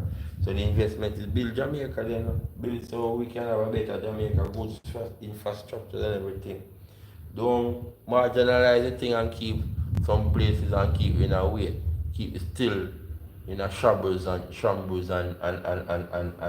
at the same time some exploitation. Make the workers make kind of comfortable, and we work and build this country.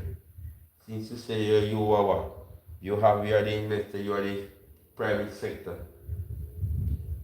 But because we outlined today the program, because you're racist. You see? So when you're racist now, you know work as them more black man, you have to be no slave boy for no boy slave. Them have to take when a racist self and go use them skills and their education as Marcus Garvey say and create your own and come link up with man like we and make we build our own sector. Black sector.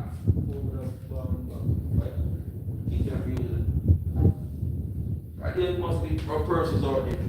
There are good people out there. Good people out there. There must be other persons out there who would have like, let me listen to Cabo, yeah, man. Before I get myself in trouble. There are persons out there who would help us. You don't have to be African. There's African brothers and sisters out there with their funds. In America, African American. There's another thing going on with the power struggle between our African Americans and Jamaican or black. I don't know what's going on there. So, yeah, I will never go to America. But help your brother, man. Invest all the one in England, do some things like that with the invest in the diaspora. Then. You understand me? So otherwise, you know the white man country then, like why I was there to get opportunity to work as I said, but I meant too radical. Couldn't stand me going. Cause you see, I work there, I told I work with the man say he was police in apartheid. So he go up on my bridge, run up on my black brother's back lick in apartheid and would have shoot something. But he might not police anymore. I kitchen him I work in a chef now. White man.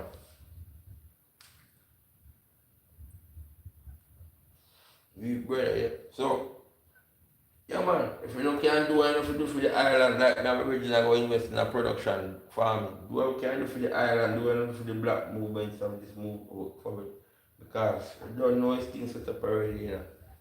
If you don't know get to know stop play like you know want go around the thing in terms of just living like yeah. See this you see I put it out in my visual, you know. The out of many one thing, but you don't know. I'm a media man. Why in my head? I don't know this one that we don't know is out of many. One people. I'm supposed to say that in my walk there down the road. It's one people. If I don't even come out well clear, it's one people who are. You don't know. You know we talk already about the Jews, 23 of them. The family thousands of 1,000 or a couple of that white people. And then you have the whatever come down to the Asians and then your brother and then even them have the inbound shops in Ochi and they exploiting our and just because I go under our research and I went in the inbound shop but then I know so me a researcher and I run there and I see the black sisters them and how them have to basically what you go the whole exploitation thing yeah round forget a job. You see? I don't know if I was said it. I said it already if I don't want to repeat it. Because we go there, always see the thing, because you know, we go there and the sisters were saying to the person that I went there with, what really I want in the industry, in the shop, in the business. Sometimes you have to probably go lie up with the wife, with the brother, it's a Asian brother, go lie up with them in order to keep your job. But they never know that we were undercover. They never know that we were there. Not even they were there. I was saying to my friend, listen, you can go anywhere you want, go in Jamaica and do anything. Some friends you can even link up with if you want, you know, because you are Caucasian. I'm going to prove it to you because my friend are radical too, you know. So I see people them from Belgium looking in, I don't know if my friend them. They're radical who feel for black people and the movements and know the struggles and openly so you know who know this yeah as them will tell you about breaking on the walls, breaking and burning the walls too, yeah. So we show them say this was the wall and we will help me break it down because we know that there were other sometimes we have Caucasian purposes working with the black movements, you know, yeah, for break down the wall of prejudice and inequality and injustice. So I remember that as a freedom fighter. Sometimes remember I've known many freedom fighters. I know many but a few. You don't make them lead the organization or rule the movement because it's a black movement. But they work just like how you have black man that work for white man. You have white man work for black man too. You have to be careful now what you do. So as I tell the black man, so if you step away from the white man, if you go oppress me. So same so we have to be careful how we recruit anyone around us. Because they will leak us to and they will, listen to them talk the radicalism, you know. But they will leak us to a mash up. Yeah? And we talk to Marcus Garvey, we went and have a conversation with the whatever the white people over there, so because and people say wonder what Marcus Garvey do and say to them. Marcus Garvey was dealing with black nationalism, they were dealing with white nationalism. See? So nothing, in a sense, nothing wrong to defend a race, but not sell out your race. You defend your blackness, don't sell out your blackness. You defend your race. You don't want nobody sell out their race to me either. You understand me? But at this time, we can't align for peace in the earth. Canada, so we have good and evil, you know. So you just align with the good. So whether you're not going to be prejudiced now, so you know, so you align with the good to eliminate, to eradicate the evil. But when you go align with the negative, for oppress the good, the vibration, the heritage, our culture, you go align with the peers, the white man them now to eradicate and wipe out emancipation and the whole acknowledgement of history and all them things through that. Now man, careful of your alignment yourself for just to drive and live up in them penthouse and drive some big car and live certain way. And then the rest of us not knowing ourselves and here we continue being miseducated, being underpaid, no poor housing facilities and all them. We're not gonna. So anyhow, Kabu, what you say? Hey, is it someone from Kabu God. Kabu God. Is that the bottom line, Kabu? Is my bottom line alright? I know you listen to me out there, you know, I'm a massive word. Thanks for the love, sister. Don't get upset with your brother, radical vibration, you know. My born in the year of the revolution, and my sister not gonna give my date of my birth. But my born in the year of the revolutionaries, you know. I always say that for years, I say that. Because I know a couple persons like Tupac and it. Anyway. So that is the vibration. It's a history class here. We must do history and culture.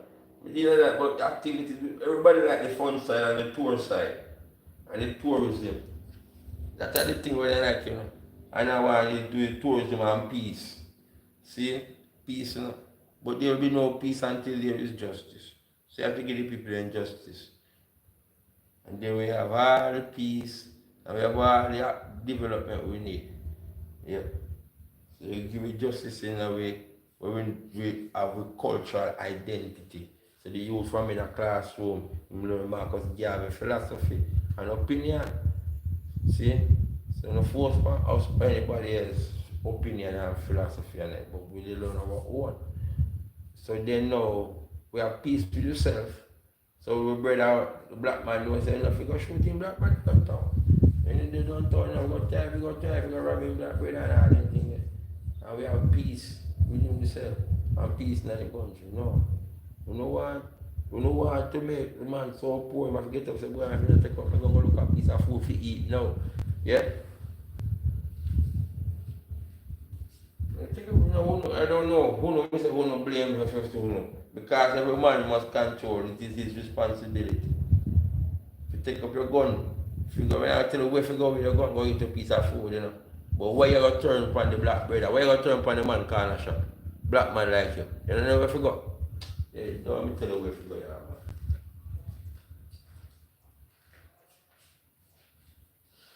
You see me now? You're going to turn upon me now, bro. And the message they're going to turn upon.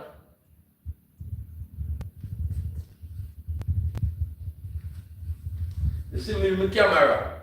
Look at me now, if me have my camera try to advocate and broadcast and televise and media and be a journalist with me thing. You don't come to be no informer around here. To me business with no brother. See? But you go why road. You kill the journalists in the street with your ignorance about camera and blah blah blah. When the journalists are trying to even the movements of the journalists is to for the free up I and I. See? So whether we free up worldwide, because sometimes the media open up where we can't show persons all over the world what go on from America Island, how them are work with us talking to you have understanding. And we make the network, the connectivity. Spiritual is a connectivity, the more side, a man and the universe. We connect with the bridges them through the worldwide world, the same connection, the internet connection. One connect, brother in Uganda, the writers up on the island, on the rock. See? Only a matter of time before we say we have a flag war Uganda. We go sit on the bridge in Uganda and everything in Uganda. You see? I'm bridging flag come out Jamaica. Welcome. You understand me? Say yo, home, my brother. Same thing that my wife said, I have bridge that wait for me in a Gambia, you know. Who wait for me right now is come Gambia.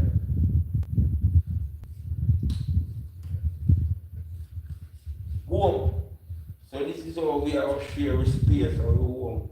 This is how we say we talk about visiting each other's home and coming to your home. But this is and we talk even as I say my home same time. You know like I mean my community. I mean one live here. We don't want to work for money. We don't want to pay a book for me and that. You Rasta man and it. Not even if we should have probably.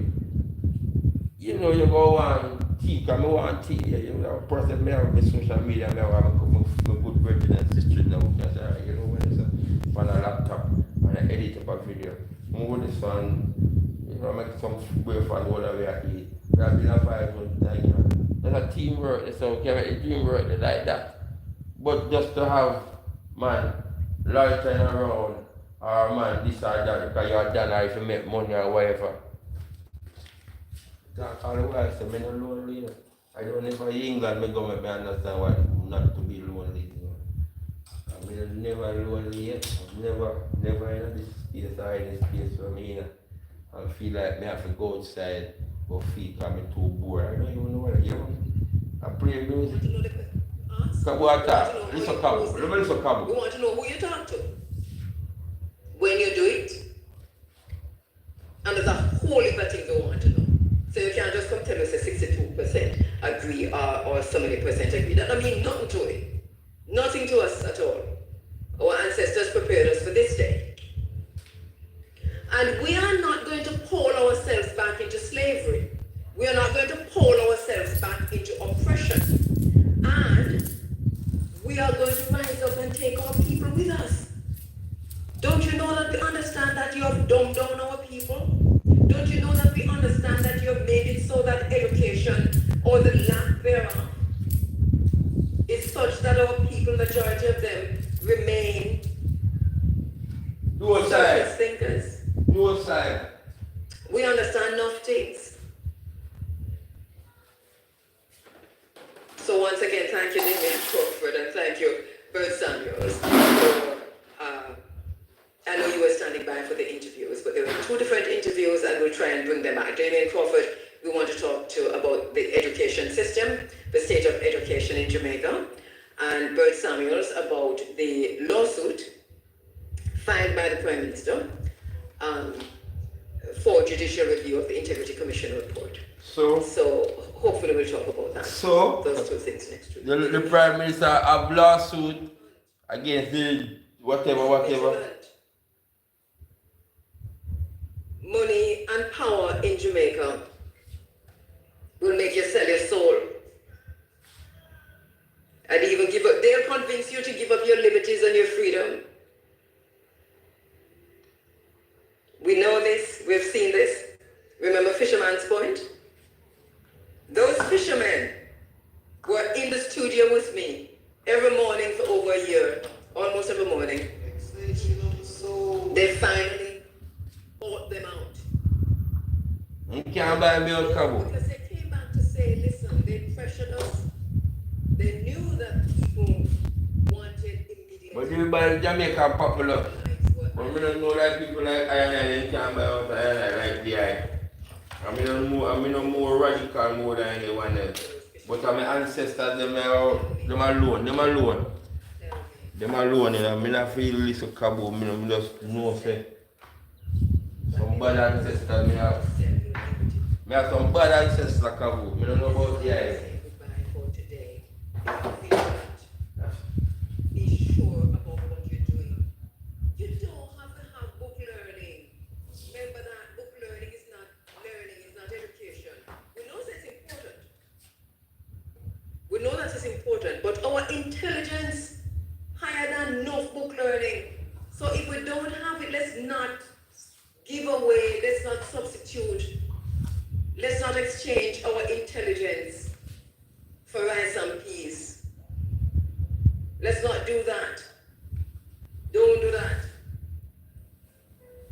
Anyway, so this is how we're saying goodbye. Mr. Biggie was just here and he's no longer here. But this is how we're checking out as we make way for Big A inside of the Sunday sunshine. I am going out militant. My militance is not going to stop right here, sir.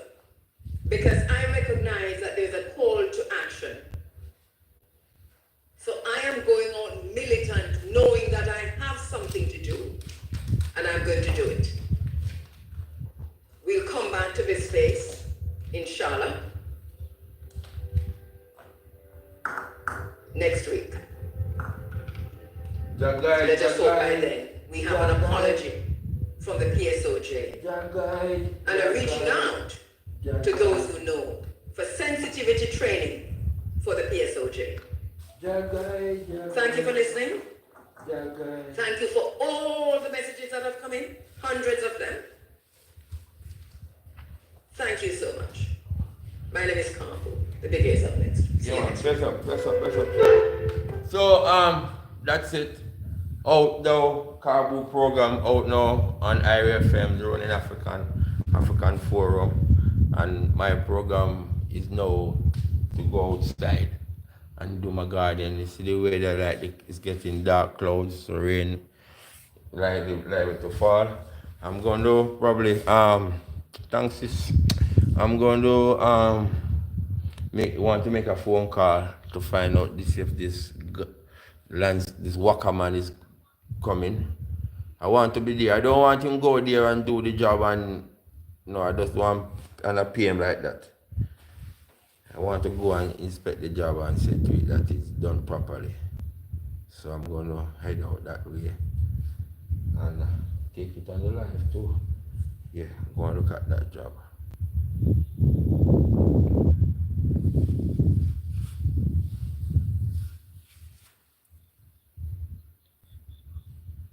Boy, I know boy, if person from the who know about ticks, man. Boy, I can tell you some scratch them off. So you know a little tick song in Jamaica. But we used to sing about your bumpy. You know before your body. Because you know what I feel like it's the ticks. I don't know whether ticks or not. Sometimes I might catch one or two of them. Sometimes you just scratch and they're gone. But you feel the bump, you know your ticks was there. In real life.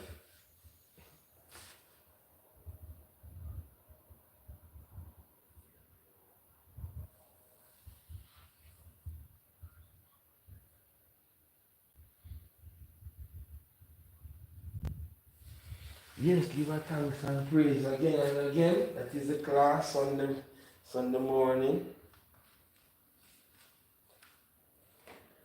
So, movements.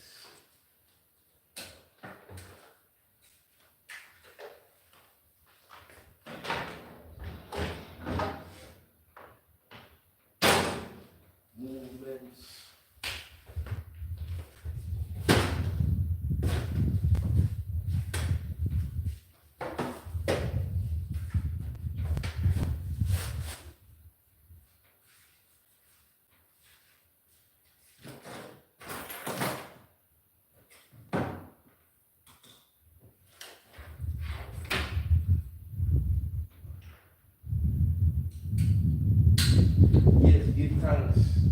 Bow down thy ears, my psalms, most are here, right? I say I'm poor. Preserve the soul of the servant, because I am holy. see what inside. That's what man. Merciful unto I and I. Like daily. Rejoice and I soul the servant for I and I. Lift up and I soul unto thee. And thou art good.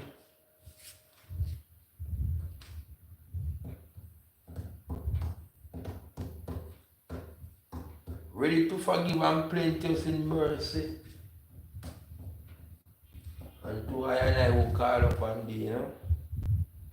Hear I and I prayer and attend to the voice of my supplication.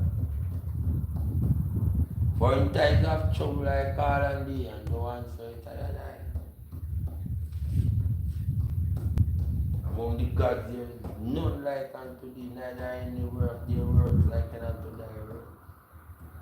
All people that know thy name shall come and rule. Yeah man, this song me a chant, man, me a chant, you know. Me a chant. Me a chant the word of his majesty say, you know. Do the do, man. Do the do.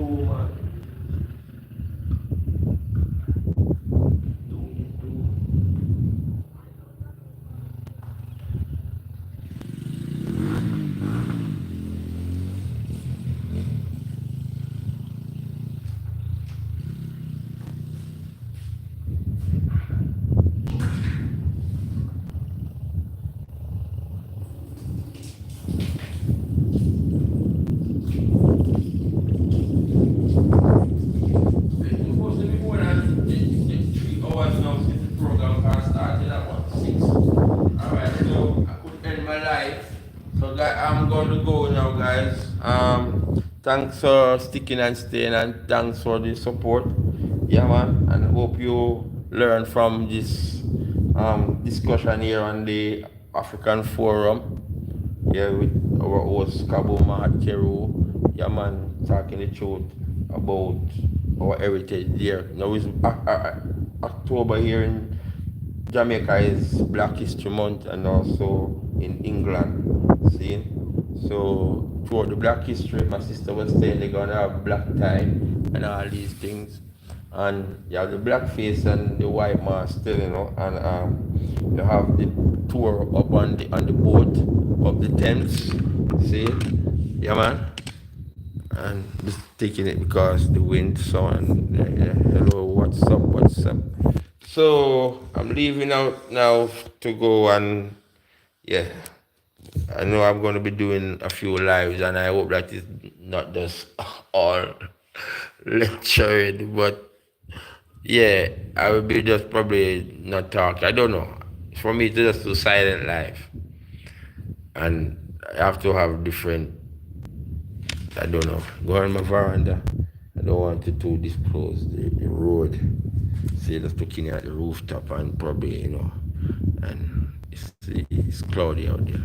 But I'm going to be continuing doing my life for my watch hours, and then I don't know, making content. So my brother went out today to make content. He's now, you know, doing his thing more in a more whatever different space. He have achieved, you know, and we're proud of his achievement.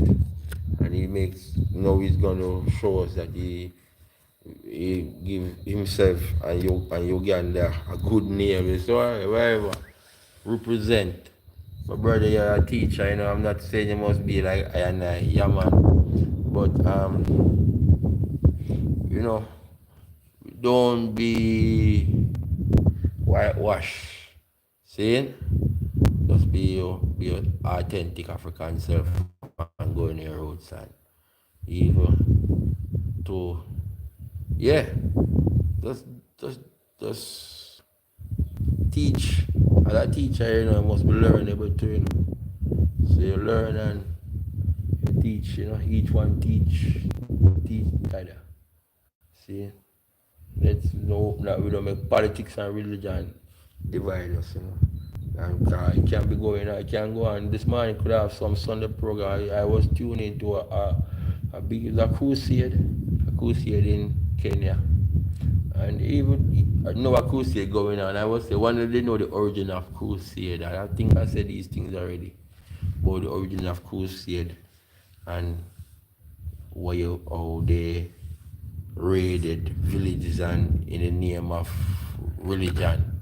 I see anything go on with Christian if you're not like of that faith, yeah, you die, because you have to surrender. You have to surrender with the sword over your head, I said you're unalive. So I'm gonna go end my life now and see you guys on the next live, and thanks for the support. Every little make a mocker, making up the watch hours. We like, will appreciate love, yeah.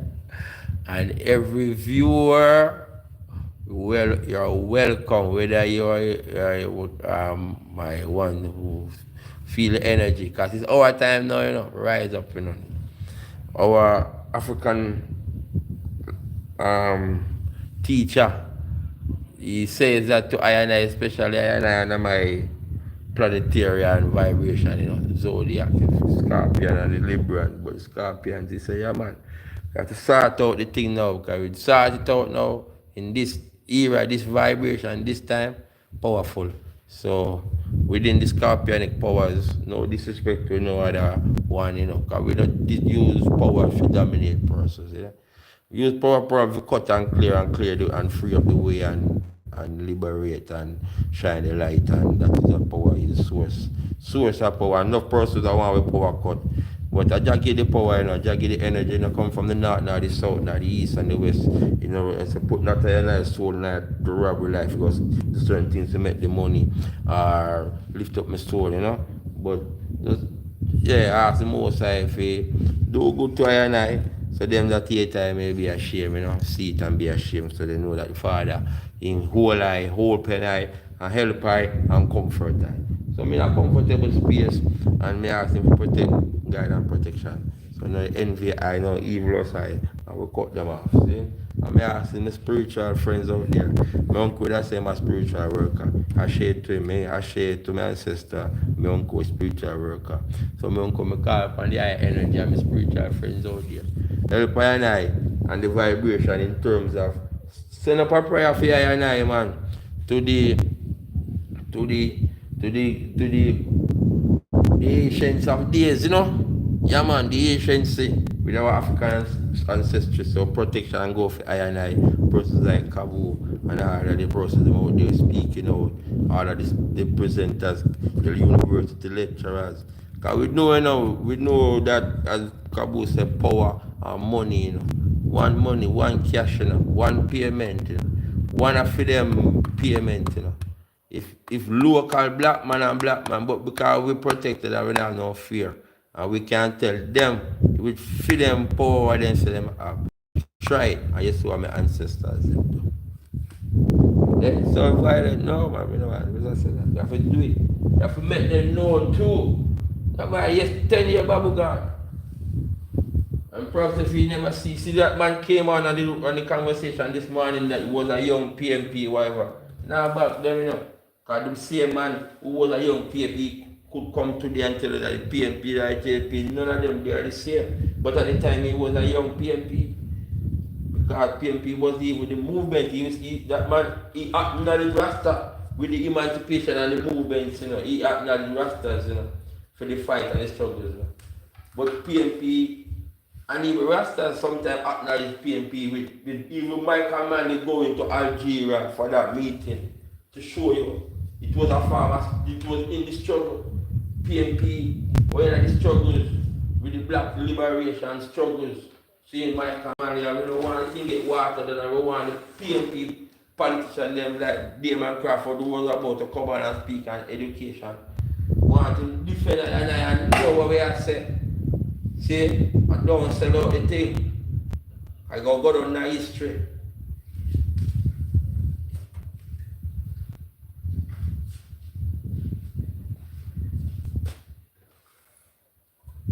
But I have PMP, I have JP, we talk about capitalism and whatever, private sector, whatever, we say this and that. But my woman was a man who, the same man there, Woman always say you did have education. So brother professor in the university there. Me always say I don't know woman never go on the bring of this stuff about black people.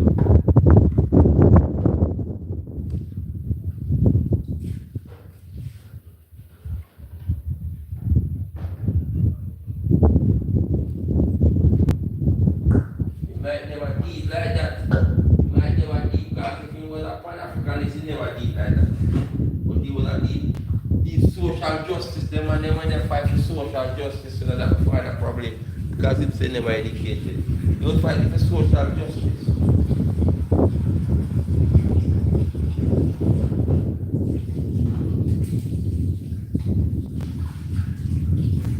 Them and they never like partiality, you know. Even like the community, them and they never like partiality. Them and they never like to see people partial or unjust. The disadvantage and the one in a poor. Yeah, never like it. Signing out system to support and when you understand the struggle, continue what you bring to sure and over yourself, just go on, as I said, send out prayers, ancestors just behind an eye. So yeah, protection and guidance so we do what we are doing. And hope that them know that.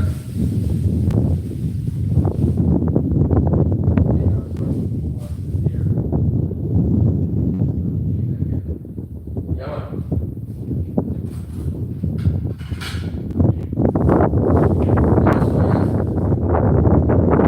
Yeah, damn broad.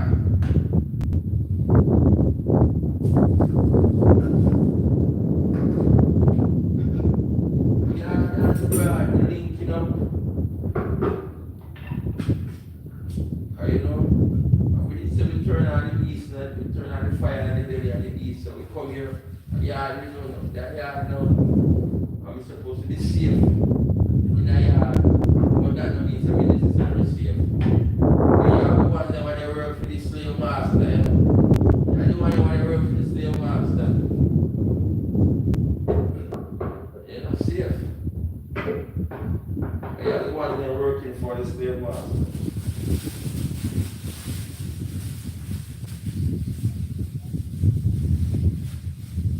A clear picture the other day in a video. We used to one video where one of the descendants that slave the master a giant Land Cruiser, big Land Cruiser, really show them up front them. You know? So to show you on the island, these are the people who run the island. So you see the black people, we are the out of the how many millions of us here. We are the majority. But it's the minority. And them run the country. But anyhow, no what then? I feel a country, I feel a place. And we are not trying, we are a problem. We are find them and only on the island. So I don't think that people before them kill, we have to send them back Africa. But why I sit down and think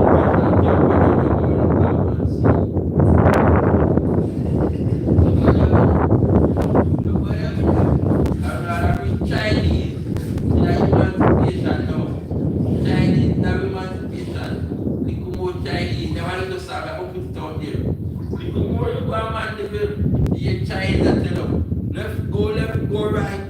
Seize, you're on a Chinese order. Little more you go in town, the Chinese man tell them, go left, go right, turn left, turn right. Seize, don't move, you're on a Chinese order. So before we get with on a Chinese order about to go involve Chinese in our emancipation. Chinese came here on an indentured labor ship when the trial of the story go unfold, when we were trying to use our black people. Yeah. After slavery no come with the give us emancipation, but then now no come with the apprenticeship. Never they work out. So I don't know when no one come get Chinese in emancipation. So that was the African Forum. I'm always on my Afrocentricity and always on my African views. And I hope the channel will have a wide audience. So we have persons that have different views, and I hope, it's just understanding views and sharing whatever. So peace out now, with all due respect and thanks and gratitude for joining. And I hope you learn, as I said before, you learn something from the channel, and yeah.